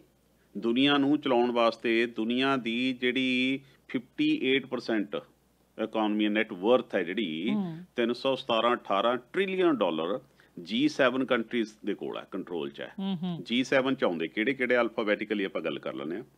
ਕੈਨੇਡਾ ਆ ਜਾਂਦਾ ਜੀ, ਸੀ ਤੋਂ ਆਪਾਂ ABC ਤੋਂ ਸ਼ੁਰੂ ਕਰਦੇ ਹਾਂ, ਕੈਨੇਡਾ ਆ ਜਾਂਦਾ, ਜਰਮਨ ਆ ਜਾਂਦਾ ਜੀ, ਫਰਾਂਸ ਆ ਜਾਂਦਾ ਜੀ, ਇਟਲੀ ਆ ਜਾਂਦਾ ਜੀ, ਜਾਂ ਫਿਰ ਜਾਪਾਨ ਆ ਜਾਂਦਾ ਜੀ, ਯੂਨਾਈਟਿਡ ਕਿੰਗਡਮ ਆ ਜਾਂਦਾ ਜੀ, ਤੇ USA ਆ ਜਾਂਦਾ ਹੈ। ਫਿਰ ਇਨਵਾਈਟੀ ਦੇ ਤੌਰ ਤੇ ਜਿਹੜਾ ਹੈਗਾ ਸਾਡੇ ਸ਼ੈਂਗਨ ਸਟੇਟਸ ਦੀਆਂ ਜਿਹੜੀਆਂ 25-26 ਕੰਟਰੀਜ਼ ਇਹਨਾਂ ਦੇ ਵਿੱਚ ਹੀ ਨੇ, ਉਹਨਾਂ ਨੂੰ ਇਨਵਾਈਟੀ ਦੇ ਤੌਰ ਤੇ ਵੀ ਸੱਦਿਆ ਜਾਂਦਾ ਜੀ। ਹੁਣ ਇਹ ਉਹ ਮੁਲਕ ਨੇ, ਔਰ ਇਸ ਵੇਲੇ ਜੇ ਤੁਸੀਂ ਡਾਟਾ ਕੱਢ ਕੇ ਦੇਖਦੇ ਹੋ, ਸਭ ਤੋਂ ਵੱਧ ਪ੍ਰਭਾਵਿਤ G7 ਨੇ। ਹੁਣ ਅਮਰੀਕਾ 'ਚ 8.25 ਲੱਖ ਦੇ ਕਰੀਬ ਬੰਦਾ ਪ੍ਰਭਾਵਿਤ ਹੈ, ਬਹੁਤ ਵੱਡੀ ਗਿਣਤੀ। ਹੁਣ ਇਹ ਮਨਜੀਤ ਜੀ ਸੋਚਣ ਵਾਲੀ ਗੱਲ ਇਹ ਹੈ, ਸਾਰੇ ਮੁਲਕ, ਚਾਹੇ ਆਪਾਂ ਜਾਪਾਨ ਉਹਦੀ ਫਰਾਂਸ ਦੀ ਗੱਲ ਕਰ ਲਈਏ, ਚਾਹੇ ਜਰਮਨ ਦੀ ਗੱਲ ਕਰ ਲਈਏ, ਚਾਹੇ ਸਪੇਨ ਦੀ ਗੱਲ ਕਰ ਲਈਏ, ਕੋਈ 2 ਲੱਖ, ਕੋਈ 2.25 ਲੱਖ, ਇੱਥੇ 1.5 ਲੱਖ, ਕੋਈ 1.25 ਲੱਖ ਬੰਦਾ ਪ੍ਰਭਾਵਿਤ ਹੈ, ਔਰ ਮਰ ਰਹੇ ਨੇ ਹਜ਼ਾਰਾਂ ਦੀ ਗਿਣਤੀ। ਹੁਣ ਮੰਨ ਲਿਆ ਆਪਾਂ ਇਸ ਗੱਲ ਨੂੰ ਕਿ ਇਹ ਜਿਹੜਾ ਵਾਇਰਸ ਹੈ ਇਹਦੇ ਤੇ ਕੰਟਰੋਲ ਨਹੀਂ ਕੋਈ, ਇਸੇ ਕਰਕੇ ਬੰਦੇ ਮਰ ਰਹੇ ਨੇ। ਚਾਈਨਾ 'ਚ ਕਿਉਂ ਨਹੀਂ ਮਰ ਰਹੇ? ਇਹ ਸਵਾਲ ਖੜਾ ਹੁੰਦਾ ਹੈ, ਚਾਈਨਾ ਨੂੰ ਇਹ ਜਵਾਬ ਦੇਣਾ ਪੈਣਾ ਹੈ। ਉਹ ਕਟਹਿਰੇ ਦੇ ਵਿੱਚ ਇਸ ਕਰਕੇ ਖੜ ਰਿਹਾ ਹੈ ਕਿ ਇਹ ਵਾਇਰਸ ਦੀ ਕੋਈ ਦਵਾਈ ਨਹੀਂ, ਫਿਰ ਉਹਨੇ ਟੂਟੀ ਵਾਂਗੂ ਕਿਵੇਂ ਬੰਦ ਕਰਤਾ, ਫਿਰ ਬਾਕੀਆਂ 'ਚ ਟੂਟੀ ਵਾਂਗੂ ਬੰਦ ਕਿਉਂ ਨਹੀਂ ਹੋ ਰਿਹਾ? ਨਹੀਂ, ਉਹ ਤਾਂ ਕਹਿੰਦੇ ਸਿਰਫ ਗਰਮ ਪਾਣੀ ਪੀਣ ਨਾਲ ਹੀ ਹਟ ਰਿਹਾ। ਗਰਮ ਪਾਣੀ ਤਾਂ ਸਾਰੀ ਉਹ ਦੁਨੀਆ ਹੁਣ ਤਾਂ ਪੀ ਰਹੀ ਹੈ, ਹੈਨਾ? ਨਹੀਂ, ਉਹ ਤਰਕ ਹੀ ਦੇ ਰਹੇ ਨੇ। ਹਾਂਜੀ ਹਾਂਜੀ। ਸੋ ਇਸ ਕਰਕੇ ਚਾਈਨਾ ਤੇ ਸਵਾਲ ਇਸ ਕਰਕੇ ਵੀ ਖੜਾ ਹੁੰਦਾ ਕਿ ਚਾਈਨਾ ਦਾ ਖਾਸਮ ਖਾਸ ਨਾਰਥ ਕੋਰੀਆ ਹੈ, ਹੈਨਾ? ਉਹ ਜਿੰਗ ਜੌਨ ਕੀ ਆ, ਉਹ ਭਲਵਾਨ ਜੀ, ਤੇ ਉਹਨਾਂ ਦੇ ਮੁਲਕ 'ਚ ਇੱਕ ਵੀ ਕੇਸ ਨਹੀਂ ਹੈ, ਔਰ ਨਾਲ ਸਾਊਥ ਕੋਰੀਆ ਲੱਗਦਾ। ਸਾਊਥ ਕੋਰੀਆ ਦੇ ਵਿੱਚ ਹਜ਼ਾਰਾਂ ਕੇਸ ਨੇ। ਸੋ ਇਹ ਬਹੁਤ ਸਾਰੀਆਂ ਚੀਜ਼ਾਂ ਨੇ ਜਿਹੜੀਆਂ ਤਰ੍ਹਾਂ ਦੇ ਸਵਾਲ ਖੜੇ ਕਰਦੀਆਂ ਨੇ ਕਿ ਬਾਕੀ ਮੁਲਕਾਂ 'ਚ ਕੰਟਰੋਲ ਕਿਉਂ ਨਹੀਂ ਹੋ ਰਿਹਾ। ਜਦੋਂ ਵਾਇਰਸ ਦੀ ਅਜੇ ਦਵਾਈ ਕੋਈ ਨਹੀਂ ਬਣੀ, ਵੈਕਸੀਨ ਕੋਈ ਨਹੀਂ ਬਣਿਆ, ਤਾਂ ਉੱਥੇ ਕਿਵੇਂ ਬੰਦ ਹੋ ਗਿਆ? ਔਰ ਖਾਸ ਤੌਰ ਤੇ G7 ਵਰਗੇ ਜਿਹੜੀਆਂ ਵੱਡੀਆਂ ਤਾਕਤਾਂ ਨੇ, ਉਹਨਾਂ ਨੂੰ ਬੜੀ ਬੁਰੀ ਤਰ੍ਹਾਂ ਪ੍ਰਭਾਵਿਤ ਹੋ ਰਹੀਆਂ ਨੇ। ਔਰ ਇਸ ਚੀਜ਼ ਦੇ ਵਿੱਚ ਆਉਂਦਾ ਸਮਾਂ, ਜਿਹੜੀ ਮੈਂ ਸਟਾਰਟਿੰਗ ਵਿੱਚ ਤੁਹਾਨੂੰ ਗੱਲ ਕਹੀ ਸੀ ਕਿ ਗਲੋਬਲਾਈਜੇਸ਼ਨ ਦਾ ਸਿਧਾਂਤ ਟੁੱਟਣ ਦੇ ਖਤਰੇ ਨੇ। ਅੱਗੇ ਜਾ ਕੇ ਦੁਨੀਆ ਦੇ ਵਿੱਚ ਇਸ ਤਰ੍ਹਾਂ ਦਾ ਪ੍ਰਭਾਵ ਬਣਦਾ ਜਾਂਦਾ ਹੈ। ਆਸਟ੍ਰੇਲੀਆ ਤੋਂ ਮੈਨੂੰ ਕਿਸੇ ਨੇ ਵੀਡੀਓ ਭੇਜੀ, ਹਾਲਾਂਕਿ ਸਾਰੀ ਦੁਨੀਆ 'ਚ ਸਾਰਿਆਂ ਨੂੰ ਬਰਾਬਰ ਰਹਿਣ ਦਾ ਹੱਕ ਹੈ, ਪਰ ਇਸ ਚਾਈਨਾ ਦੀ ਇਸ ਘਟਨਾ ਨੇ ਚਾਈਨੀਜ਼ ਭਾਈਚਾਰਾ ਜਿਹੜਾ ਦੁਨੀਆ ਭਰ ਦੇ ਵਿੱਚ ਰਹਿੰਦਾ, ਜਿਹੜਾ ਉਹਨਾਂ ਤੇ ਕਿਤੇ ਨਾ ਕਿਤੇ ਲੋਕਾਂ ਨੂੰ ਸ਼ੰਕਾ ਕਰਨ ਵਾਸਤੇ ਉਂਗਲ ਖੜੀ ਕਰਨ ਦਾ ਮੌਕਾ ਦਿੱਤਾ ਹੈ, ਔਰ ਇਹ ਦੁਨੀਆ ਵਾਸਤੇ ਚੰਗੀ ਗੱਲ ਨਹੀਂ ਹੁੰਦੀ। ਜੀ ਬਿਲਕੁਲ ਸਹੀ ਕਹਿੰਦੇ ਹੋ ਤੁਸੀਂ। ਔਰ ਚਾਈਨੀਜ਼ ਲੋਕ ਨੇ ਜਿਹੜੇ, ਹਰਪ੍ਰੀਤ, ਇਹ ਦੇਸੀ ਜਿਹੜੇ ਹੁੰਦੇ ਨਾ ਆਪਣੇ ਟੋਟਕੇ, ਉਹਨਾਂ ਦੇ ਵਿੱਚ ਬੜਾ ਵਿਸ਼ਵਾਸ ਕਰਦੇ ਆ ਜੀ। ਆਪਣੇ ਲੋਕ ਵੀ ਕਰਦੇ ਸੀ ਕਿਸੇ ਵੇਲੇ, ਪਰ ਅਸੀਂ ਮਾਡਰਨ ਹੋ ਗਏ ਜ਼ਿਆਦਾ। ਪਰ ਹੁਣ ਵੀ ਆਪਣੇ ਘਰਾਂ ਦੇ ਵਿੱਚ ਜਦੋਂ ਕਿਤੇ ਮਾੜੇ ਮੋਟੇ, ਜਿਨ੍ਹਾਂ ਘਰਾਂ ਦੇ ਵਿੱਚ ਬਜ਼ੁਰਗ ਹੈਗੇ ਆ, ਤੇ ਉਹ ਹਮੇਸ਼ਾ ਹੀ ਡਾਕਟਰ ਦੇ ਜਾਣ ਦੀ ਬਜਾਏ ਪਹਿਲਾਂ ਕਹਿਣਗੇ ਵੀ ਘਰੇ ਸਾਰ ਕੇ ਦੇਖ ਲਓ, ਹੈਨਾ? ਸੋ ਹਰਪ੍ਰੀਤ, ਅਖੀਰ ਤੇ ਆਪਾਂ ਇੱਕ ਛੋਟੀ ਜਿਹੀ ਗੱਲ ਹੋਰ ਕਰਨੀ ਚਾਹੁੰਦੇ ਆ। ਵੈਸੇ ਵਿਸ਼ਾ ਮਹੱਤਵਪੂਰਨ ਹੈ ਇਹ। ਸਾਡੇ ਜਿਹੜੇ NRIs ਉੱਥੇ ਇੰਡੀਆ ਦੇ ਵਿੱਚ ਬੈਠੇ ਆ ਇਸ ਵੇਲੇ, ਜਿਹੜੇ ਆਉਣਾ ਚਾਹੁੰਦੇ ਆ ਇੱਧਰ ਨੂੰ, ਕਿਸੇ ਨਾ ਕਿਸੇ ਵਜ੍ਹਾ ਕਰਕੇ ਉਹਨਾਂ ਦੀਆਂ ਫਲਾਈਟਸ ਕੈਂਸਲ ਹੋ ਗਈਆਂ। ਹੁਣ ਤਾਂ ਆਪਾਂ ਨੂੰ ਪਤਾ ਹੀ ਹੈ ਸਾਰਿਆਂ ਨੂੰ ਵੀ ਏਅਰਪੋਰਟਸ ਬੰਦ ਪਈਆਂ ਨੇ, ਫਲਾਈਟਾਂ ਆ ਨਹੀਂ ਰਹੀਆਂ। ਤੇ ਇਹ ਆਪਣੇ ਜਾਣਕਾਰੀ ਹੈ ਜਿਹੜੀ, ਇਹ ਮੈਂ ਜਾਂਦੇ ਜਾਂਦੇ ਸੰਖੇਪ ਦੇ ਵਿੱਚ ਹੀ ਸਾਂਝੀ ਕਰੂੰਗੀ ਵੀ 19 ਤਾਰੀਖ ਤੱਕ ਜਿਹੜੀਆਂ ਫਲਾਈਟਸ ਹੁਣ ਤੱਕ ਆ ਚੁੱਕੀਆਂ ਨੇ, ਇਹਨਾਂ ਦੇ ਰਾਹੀਂ ਤਕਰੀਬਨ 2000 ਸਾਡੇ ਜਿਹੜੇ ਭੈਣ ਭਰਾ ਨੇ ਉਹ ਇੱਥੇ ਆ ਚੁੱਕੇ। ਹਾਂਜੀ, ਤੇ ਇਹ ਤੋਂ ਬਿਨਾਂ ਸੈਕੰਡ ਫੇਜ਼ ਦੇ ਵਿੱਚ 3 ਹੋਰ ਫਲਾਈਟਸ ਨੇ ਜਿਹੜੀਆਂ ਉਹ ਆ ਰਹੀਆਂ ਨੇ, ਜਿਹਦੇ ਵਿੱਚ 2 ਅੰਮ੍ਰਿਤਸਰ ਤੋਂ ਤੇ 1 ਅਹਿਮਦਾਬਾਦ ਤੋਂ ਆਏਗੀ। ਹਾਂਜੀ, ਤੇ ਹੋਰ ਫਿਰ ਇਸੇ ਫੇਜ਼ ਦੇ ਰਾਹੀਂ 4 ਹੋਰ ਫਲਾਈਟਸ ਆਉਣਗੀਆਂ ਜਿਹੜੀਆਂ ਆਉਣ ਵਾਲੇ ਦਿਨਾਂ ਦੇ ਵਿੱਚ, ਜਿਨ੍ਹਾਂ ਦੀ ਬੁਕਿੰਗ ਹੈ ਜਿਹੜੀ ਉਹ ਬਹੁਤ ਛੇਤੀ ਸ਼ੁਰੂ ਹੋ ਰਹੀ ਹੈ। ਔਰ ਲੋਕ ਜਿਹੜੇ ਆਉਣਾ ਚਾਹੁੰਦੇ ਆ ਉਹ ਜ਼ਰੂਰ ਧਿਆਨ ਰੱਖਣ ਇਸ ਗੱਲ ਦਾ, ਕਿਉਂਕਿ ਜਿਹੜੀ ਬੁਕਿੰਗ ਹੈ ਬਹੁਤ ਛੇਤੀ ਹੋ ਰਹੀ ਹੈ ਫਿਰ। ਹਾਂਜੀ, ਉਹਦੇ ਹਿਸਾਬ ਨਾਲ ਇਹ ਇੱਕ ਜਿਹੜੀ ਫਲਾਈਟ ਹੈ ਬੰਗਲੌਰ ਤੋਂ ਆਉਣੀ ਹੈ, ਤੇ ਇੱਕ ਆਉਣੀ ਹੈ ਜੀ ਬੰਬਈ ਤੋਂ, ਤੇ 2 ਦਿੱਲੀ ਤੋਂ ਹੋਣਗੀਆਂ। ਹਾਂਜੀ, ਤੇ ਦੂਸਰੇ ਫੇਜ਼ ਦੇ ਫਿਰ ਖਤਮ ਹੋਣ ਤੱਕ 16 ਫਲਾਈਟਸ ਨੇ ਜਿਹੜੀਆਂ ਉਹ ਟੋਟਲ ਆ ਚੁੱਕੀਆਂ ਹੋਣਗੀਆਂ। ਹਾਂਜੀ, ਤੇ ਇਹ ਤੋਂ ਬਿਨਾਂ ਇਹਨਾਂ 'ਚ ਮਨਜੀਤ ਇੱਕ ਬੜਾ ਮੇਰੇ ਜ਼ਿਹਨ 'ਚ ਆ ਰਿਹਾ ਸੀਗਾ, ਬੜੀ ਸੋਹਣੀ ਇਨਫੋਰਮੇਸ਼ਨ ਸਾਂਝੀ ਕਰ, ਕੀ ਕੋਈ ਕੈਨੇਡਾ ਗਵਰਨਮੈਂਟ ਨੇ ਇੱਦਾਂ ਦਾ ਕੋਈ contact number, telephone number, because ਬਹੁਤ ਸਾਰੇ ਲੋਕਾਂ ਨੂੰ ਪਤਾ ਨਹੀਂ ਹੁੰਦਾ ਕੀ ਇਸ ਤਰ੍ਹਾਂ ਦਾ ਕੋਈ ਨੰਬਰ ਵੀ ਇਹਨਾਂ ਨੇ ਕੋਈ ਇੱਥੇ ਪ੍ਰੋਵਾਈਡ ਕਰਵਾਇਆ ਵੀ ਜਿੱਥੇ ਉਹ ਕਰ ਸਕਦੇ ਆ, ਜਾਂ ਵੈਬਸਾਈਟ ਜਾਂ ਕੋਈ ਮੀਡੀਆ? ਨਹੀਂ, ਇਸ ਤਰ੍ਹਾਂ ਨਹੀਂ। ਵੈਸੇ ਸੁਖ ਧਾਲੀਵਾਲ ਹੋਰਾਂ ਨੇ ਮੇਰੀ ਗੱਲ ਹੋਈ ਸੀ ਉਹਨਾਂ ਨਾਲ, ਤੇ ਉਹ ਹਮੇਸ਼ਾ ਆਪਣਾ ਹੀ ਸਿੱਧਾ ਨੰਬਰ ਦੇ ਦਿੰਦੇ ਆ, ਜਾਂ ਉਹਨਾਂ ਦੇ ਆਫਿਸ ਦੇ ਵਿੱਚ ਵੀ ਉਹ ਕਹਿੰਦੇ ਆ ਵੀ ਹਮੇਸ਼ਾ। ਤੇ ਮੇਰਾ ਖਿਆਲ ਇਹ ਤੋਂ ਵੱਡੀ ਸਹੂਲਤ ਤਾਂ ਕੋਈ ਹੋਰ ਹੋ ਨਹੀਂ ਸਕਦੀ। ਹਾਂਜੀ, ਤੇ ਉਹ ਕਹਿੰਦੇ ਨੇ ਵੀ ਹਮੇਸ਼ਾ ਤੁਸੀਂ ਸਾਨੂੰ ਕੋਈ ਵੀ ਸਵਾਲ ਹੈ ਜਿਹੜਾ ਉਹ ਕਰ ਸਕਦੇ ਹੋ। ਤੇ ਬਾਕੀ ਅਪਰੋਕਸੀਮੇਟਲੀ 4000 ਬੰਦਾ ਉਹ ਕਹਿੰਦੇ ਵੀ ਹੋਰ ਹੈ ਜਿਹੜਾ ਇਸ ਵੇਲੇ ਉਹ ਰਿਕੁਐਸਟ ਕਰ ਰਿਹਾ ਵੀ ਅਸੀਂ ਆਉਣਾ ਚਾਹੁੰਦੇ ਹਾਂ ਤੇ ਸਾਨੂੰ ਮਦਦ ਚਾਹੀਦੀ ਹੈ। ਸੋ ਉਹਨਾਂ ਵਾਸਤੇ 20 ਪ੍ਰਬੰਧ ਹੈ ਜਿਹੜਾ ਉਹ ਤੀਸਰੇ ਫੇਜ਼ ਦੇ ਵਿੱਚ ਉਹ ਕਹਿੰਦੇ ਕਰਨ ਦੀ ਪਲੈਨਿੰਗ ਹੈ ਜਿਹੜੀ ਉਹ ਪੂਰੀ ਹੋ ਰਹੀ ਹੈ। ਤੇ ਇਹ ਜਿਹੜੀਆਂ 8 ਹੋਰ ਫਲਾਈਟਸ ਨੇ ਉਸ ਤੋਂ ਬਾਅਦ ਜਿਹੜੀਆਂ ਤੀਸਰੇ ਫੇਜ਼ ਦੇ ਰਾਹੀਂ ਆਉਣਗੀਆਂ ਉਹਦੇ ਵਿੱਚ ਉਹ ਪ੍ਰਬੰਧ ਕਰ ਰਹੇ ਆ। ਤੇ ਇਹ ਜਿਹੜੀਆਂ ਫਲਾਈਟਸ ਹੋਣਗੀਆਂ ਇਹ ਅੰਮ੍ਰਿਤਸਰ ਤੋਂ ਵੈਨਕੂਵਰ ਅਤੇ ਅੰਮ੍ਰਿਤਸਰ ਤੋਂ ਟੋਰਾਂਟੋ ਇਹ ਜੀ ਆਉਣਗੀਆਂ। ਸੋ ਮੇਰਾ ਖਿਆਲ ਹੈ ਵੀ ਜਿਹੜੇ ਲੋਕ ਆ ਰਹੇ ਨੇ ਇਹਨਾਂ ਦਿਨਾਂ ਦੇ ਵਿੱਚ, ਜਾਂ ਜਿਹੜੇ ਉੱਥੇ ਸਟਕ ਹੋਏ ਨੇ, ਉਹਨਾਂ ਨੂੰ ਫਿਕਰ ਕਰਨ ਦੀ ਲੋੜ ਨਹੀਂ ਹੈ, ਕਿਉਂਕਿ ਦੇਖੋ ਸਰਕਾਰਾਂ ਨੂੰ ਫਿਕਰ ਹੈ ਸਾਰਿਆਂ ਦਾ ਹੀ। ਅਸੀਂ ਕਈ ਵਾਰੀ ਜਲਦਬਾਜ਼ੀ ਬਹੁਤ ਕਰ ਜਾਂਦੇ ਹਾਂ, ਕਾਹਲੀ ਦੇ ਵਿੱਚ ਅਸੀਂ ਪਤਾ ਨਹੀਂ ਕੀ ਬੋਲਦੇ ਹਾਂ, ਕੀ ਕਹਿੰਦੇ ਹਾਂ। ਇਹ ਵੀ ਸਮੱਸਿਆ ਜਿਹੜੀ ਹੈ ਵੈਸੇ ਹਰਪ੍ਰੀਤ ਸਮਝਣ ਵਾਲੀ ਆ, ਕਿਉਂਕਿ ਬਹੁਤ ਸਾਰੇ ਪਰਿਵਾਰ ਨੇ ਜਿਹੜੇ ਬੱਚਿਆਂ ਦੇ ਨਾਲ ਉੱਥੇ ਬੈਠੇ ਆ, ਫਸੇ ਹੋਏ ਨੇ। ਅਸੀਂ ਜਿਵੇਂ ਮਰਜ਼ੀ ਕਹਿ ਲਈਏ, ਪਰ ਇੱਥੇ ਵਰਗੀਆਂ ਸਹੂਲਤਾਂ ਉੱਥੇ ਸਾਡੇ ਕੋਲੇ ਖਾਸ ਕਰ ਪਿੰਡਾਂ ਦੇ ਵਿੱਚ ਨਹੀਂ ਹੈਗੀਆਂ। ਸੋ ਉਹ ਜ਼ਰੂਰ ਆਉਣਾ ਚਾਹੁੰਦੇ ਹੋਣਗੇ ਛੇਤੀ, ਪਰ ਬਜ਼ੁਰਗ ਨੇ ਜਿਹੜੇ ਉਹ ਟਿਕੇ ਬੈਠੇ ਆ। ਉਹ ਕਹਿੰਦੇ ਵੀ ਅਸੀਂ ਆਪਣੇ ਘਰ 'ਚ ਬੈਠੇ ਆ ਤੇ ਖੇਤ ਮਾੜਾ ਮੋਟਾ ਗੇੜਾ ਮਾਰ ਆਈਦਾ, ਤੇ ਵਧੀਆ ਕੋਈ ਨਹੀਂ, ਜਦੋਂ ਰਾਹ ਖੁੱਲਣਗੇ ਉਦੋਂ ਹੀ ਚਲੇ ਆਵਾਂਗੇ। ਪਰ ਸਰਕਾਰਾਂ ਨੂੰ ਹੋਰ ਲੋਕਾਂ ਦਾ ਵੀ ਫਿਕਰ ਹੈ ਜਿਹੜੇ ਇੱਥੇ ਰਹਿੰਦੇ ਨੇ, ਉਹਨਾਂ ਦੇ ਮਸਲੇ ਹੋਰ ਵੀ ਨੇ। ਠੀਕ ਹੈ ਨਾ, ਮਿਲੀਅਨਸ ਆਫ ਪੀਪਲ ਜਿਹੜੇ ਇੱਥੇ ਨੇ। ਸਾਨੂੰ ਇਹ ਗੱਲ ਸਮਝਣੀ ਪਏਗੀ ਕਿ ਉਹਨਾਂ ਦੇ ਹੋਰ ਹਜ਼ਾਰਾਂ ਹੀ ਮੁੱਦੇ ਨੇ ਜਿਨ੍ਹਾਂ ਦਾ ਧਿਆਨ ਰੱਖਣਾ ਵੀ ਸਰਕਾਰ ਦਾ ਫਰਜ਼ ਹੈ। ਸੋ ਇਹ ਵੀ ਉਹਨਾਂ ਦੇ ਵਿੱਚੋਂ ਇੱਕ ਇੰਪੋਰਟੈਂਟ ਵਿਸ਼ਾ ਹੈ ਜਿਹਦੇ ਤੇ ਉਹ ਕੰਮ ਕਰ ਰਹੇ ਨੇ। ਮੈਨੂੰ ਲੱਗਦਾ ਵੀ ਸਾਨੂੰ ਨਾਲ ਰਲ ਕੇ ਉਹਨਾਂ ਦੇ ਚੱਲਣਾ ਚਾਹੀਦਾ। ਔਰ ਤੁਸੀਂ ਨਿਗਾਹ ਮਾਰ ਕੇ ਦੇਖੋ ਗਲੋਬ ਤੇ, ਦੁਨੀਆ ਭਰ ਦੇ ਵਿੱਚ, ਜੋ ਮੈਂ ਸਮਝਦਾ ਕਿ ਕੈਨੇਡਾ ਨੇ ਇਸ ਮਾਮਲੇ 'ਚ ਅੱਗੇ ਹੋ ਕੇ ਲੀਡ ਕੀਤਾ ਹੈ। ਕੈਨੇਡਾ ਨੇ ਇੱਕ ਐਗਜ਼ਾਮਪਲ ਸੈੱਟ ਕੀਤੀ ਹੈ ਕਿ ਉਹ ਆਪਣੇ ਨਾਗਰਿਕਾਂ ਨੂੰ ਦੁਨੀਆ ਦਾ ਸਭ ਤੋਂ ਖੂਬਸੂਰਤ ਮੁਲਕ ਔਰ ਚੰਗਾ ਮੁਲਕ, ਸਵਰਗ ਇਸੇ ਵੈਸੇ ਨਹੀਂ ਕਹਿੰਦੇ ਕੈਨੇਡਾ ਨੇ। ਹਾਂ, ਬਿਲਕੁਲ ਸਹੀ। ਕੈਨੇਡਾ ਨੇ ਸਾਬਤ ਕਰਕੇ ਦਿਖਾਇਆ ਬੰਦੇ ਦਾ ਕਿਰਦਾਰ। ਕਹਿੰਦੇ ਜਦੋਂ ਤੁਸੀਂ ਦੁੱਖ ਤਕਲੀਫ 'ਚ ਹੁੰਦੇ ਹੋ ਉਸ ਵੇਲੇ ਤੁਹਾਡਾ ਕਿਰਦਾਰ ਪਹਿਚਾਣਿਆ ਜਾਂਦਾ। ਕੈਨੇਡਾ ਦੇ ਪ੍ਰਧਾਨ ਮੰਤਰੀ ਜਸਟਿਨ ਟਰੂਡੋ ਦੀ ਘੱਟ ਗਿਣਤੀ ਸਰਕਾਰ, ਔਰ ਜਿਸ ਤਰੀਕੇ ਨਾਲ ਉਹਨਾਂ ਨੇ ਸਾਰਾ ਖਜ਼ਾਨਾ ਖੋਲਤਾ, ਔਰ ਖਜ਼ਾਨਾ ਤਾਂ ਸਾਡੇ ਇੰਡੀਆ 'ਚ ਵੀ ਬਹੁਤ ਹੈ ਨਾ, ਤੇ ਉੱਥੇ ਖਜ਼ਾਨਾ ਉਲਟ ਹੋ ਰਿਹਾ। ਸਾਡੇ ਵਾਲਾ ਪ੍ਰਧਾਨ ਮੰਤਰੀ ਉੱਥੇ ਵਾਲਾ ਮੰਗ ਰਿਹਾ ਵੀ ਮੈਨੂੰ ਮੇਰੇ ਵਾਲੇ 'ਚ ਪਾਓ ਪੈਸੇ, ਤੁਹਾਨੂੰ ਇੱਥੇ ਘਰ ਬੈਠੇ ਨੂੰ ਉਹ ਸਹੂਲਤਾਂ, ਉਹ ਤਨਖਾਹਾਂ ਜਿਹੜੀਆਂ ਤੁਹਾਨੂੰ ਆਮ ਕਮਾਉਂਦੇ ਨਹੀਂ ਸੀ, ਉਸ ਤੋਂ ਵੱਧ ਸਰਕਾਰ ਨੇ ਦੇਣੀਆਂ, ਉਸ ਤੋਂ ਵੱਧ। ਅੱਛਾ ਹਰਪ੍ਰੀਤ, ਅਖੀਰ ਤੇ ਫਿਰ ਇਹੀ ਗੱਲ ਆਪਣੀ ਵੀ ਜਿਹੜੀਆਂ ਹੁਣ ਸਹੂਲਤਾਂ ਵੀ ਇੱਥੇ ਦੇ ਰਹੇ ਨੇ ਨਾ ਜੀ, ਉਹ ਇਸ ਟਾਈਮ ਤਾਂ ਉਹ ਇਹ ਕਹਿ ਰਹੇ ਨੇ ਵੀ ਕੋਈ ਕੁਐਸਚਨ ਨਹੀਂ ਤੁਹਾਨੂੰ ਪੁੱਛਿਆ ਜਾ ਰਿਹਾ, ਤੁਸੀਂ ਅਪਲਾਈ ਕਰਦੇ ਹੋ, ਤੁਸੀਂ ਬੇਰੁਜ਼ਗਾਰ ਹੋ ਗਏ ਹੋ, ਕੰਮ ਤੋਂ ਲੇ ਆਫ ਹੋ ਗਏ ਹੋ, ਤੁਸੀਂ ਅਪਲਾਈ ਕਰੋ, ਤੇ ਤੁਹਾਡਾ ਰੈਕਡ ਆਫ ਐਮਪਲੋਇਮੈਂਟ ਹੈ ਜਿਹੜਾ ਸਿੱਧਾ ਉਹ ਉਹਨਾਂ ਨੂੰ ਭੇਜ ਰਹੇ ਨੇ ਤੁਹਾਡੇ ਕੰਮ ਵਾਲੇ। ਤੁਹਾਨੂੰ $2000 ਹੈ ਜਿਹੜਾ ਉਹ ਚੌਥੇ ਪੰਜਵੇਂ ਦਿਨ ਆ ਜਾਂਦਾ ਜਦ ਤੁਸੀਂ ਅਪਲਾਈ ਕਰਦੇ ਹੋ। ਪਰ ਸਾਡੀ ਤੁਹਾਨੂੰ ਸਿਰਫ ਇਹੀ ਦਰਖਾਸਤ ਹੈ ਵੀ ਜੇ ਤੁਸੀਂ ਨਜਾਇਜ਼ ਪੈਸੇ ਲਏ ਹੋਏ ਕਿਸੇ ਵਜ੍ਹਾ ਕਰਕੇ, ਫਿਰ ਤੁਹਾਨੂੰ ਸਾਲ 2 ਸਾਲਾਂ ਬਾਅਦ ਵੀ ਸਵਾਲ ਪੁੱਛੇ ਜਾ ਸਕਦੇ ਆ, ਤੇ ਉਦੋਂ ਫਿਰ ਤੁਹਾਨੂੰ ਮੋੜਨੇ ਔਖੇ ਲੱਗਣਗੇ। ਸੋ ਇਸ ਕਰਕੇ ਅਗਰ ਤੁਸੀਂ ਡਿਜ਼ਰਵ ਕਰਦੇ ਹੋ ਤਾਂ ਹੀ ਅਪਲਾਈ ਕਰਿਓ। ਬਿਲਕੁਲ, ਕਿਉਂਕਿ ਉਹਨਾਂ ਵੱਲੋਂ ਉਹਨਾਂ ਨੇ ਨਹੀਂ ਕੋਈ ਕਸਰ ਛੱਡੀ ਸਰਕਾਰ ਨੇ, ਪਰ ਉੱਥੇ ਆਪਣਾ ਫਰਜ਼ ਬਣਦਾ ਕਿ ਆਪਾਂ ਵੀ ਕਰੈਕਟਰ ਦਿਖਾਈਏ। ਹਾਂ, ਬਿਲਕੁਲ ਸਹੀ ਕਹਿੰਦੇ ਹੋ ਹਰਪ੍ਰੀਤ, ਆਪਣਾ ਟਾਈਮ ਹੋ ਗਿਆ। ਆਪਾਂ ਨੂੰ ਗੱਲਬਾਤ ਇੱਥੇ ਖਤਮ ਕਰਨੀ ਪੈਣੀ ਹੈ, ਤੇ ਫਿਰ ਬੈਠਾਂਗੇ ਇਸੇ ਤਰ੍ਹਾਂ ਕਿਸੇ ਵੇਲੇ, ਫਿਰ ਗੱਲਾਂ ਬਾਤਾਂ ਕਰਾਂਗੇ। ਤੁਹਾਡਾ ਅੱਜ ਪ੍ਰੋਗਰਾਮ 'ਚ ਆਉਣ ਲਈ ਬਹੁਤ ਬਹੁਤ ਧੰਨਵਾਦ। ਧੰਨਵਾਦ ਮਨਜੀਤ ਜੀ ਤੁਹਾਡਾ, ਔਰ ਤਮਾਮ ਦਰਸ਼ਕਾਂ ਦਾ ਜੋ ਆਪਣੇ ਨਾਲ ਜੁੜੇ। ਮਿਹਰਬਾਨੀ ਜੀ। ਇਹ ਸੀ ਜੀ ਅੱਜ ਦਾ ਪ੍ਰੋਗਰਾਮ ਰੂਹ ਦੀਆਂ ਗੱਲਾਂ। ਦੋਸਤੋ, ਅਗਲੇ ਹਫਤੇ ਤੱਕ ਸਾਰਾ ਕੁਝ ਠੀਕ ਠਾਕ ਰਿਹਾ ਤੇ ਫਿਰ ਆਵਾਂਗੇ, ਫਿਰ ਮਿਲਾਂਗੇ, ਫਿਰ ਗੱਲਾਂ ਬਾਤਾਂ ਕਰਾਂਗੇ ਤੁਹਾਡੇ ਨਾਲ। ਉਦੋਂ ਤੱਕ ਨਾਨਕ ਨਾਮ, ਚੜ੍ਹਦੀ ਕਲਾ, ਤੇਰੇ ਭਾਣੇ, ਸਰਬੱਤ ਦਾ ਭਲਾ। ਸਤਿ ਸ਼੍ਰੀ ਅਕਾਲ।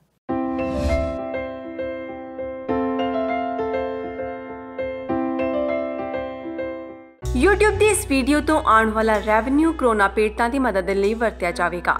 ਇਸ ਕਰਕੇ ਤੁਸੀਂ ਵੀ ਇਸ ਦੇ ਹਿੱਸੇਦਾਰ ਬਣੋ। ਇਸ ਖਬਰ ਨੂੰ ਵੱਧ ਤੋਂ ਵੱਧ ਲਾਈਕ ਕਰੋ, ਸ਼ੇਅਰ ਕਰੋ ਅਤੇ ਚੈਨਲ ਨੂੰ ਸਬਸਕ੍ਰਾਈਬ ਕਰੋ ਤਾਂ ਕਿ ਦੇਸ਼ ਜਿੱਤੇ ਅਤੇ ਕਰੋਨਾ ਹਾਰੇ।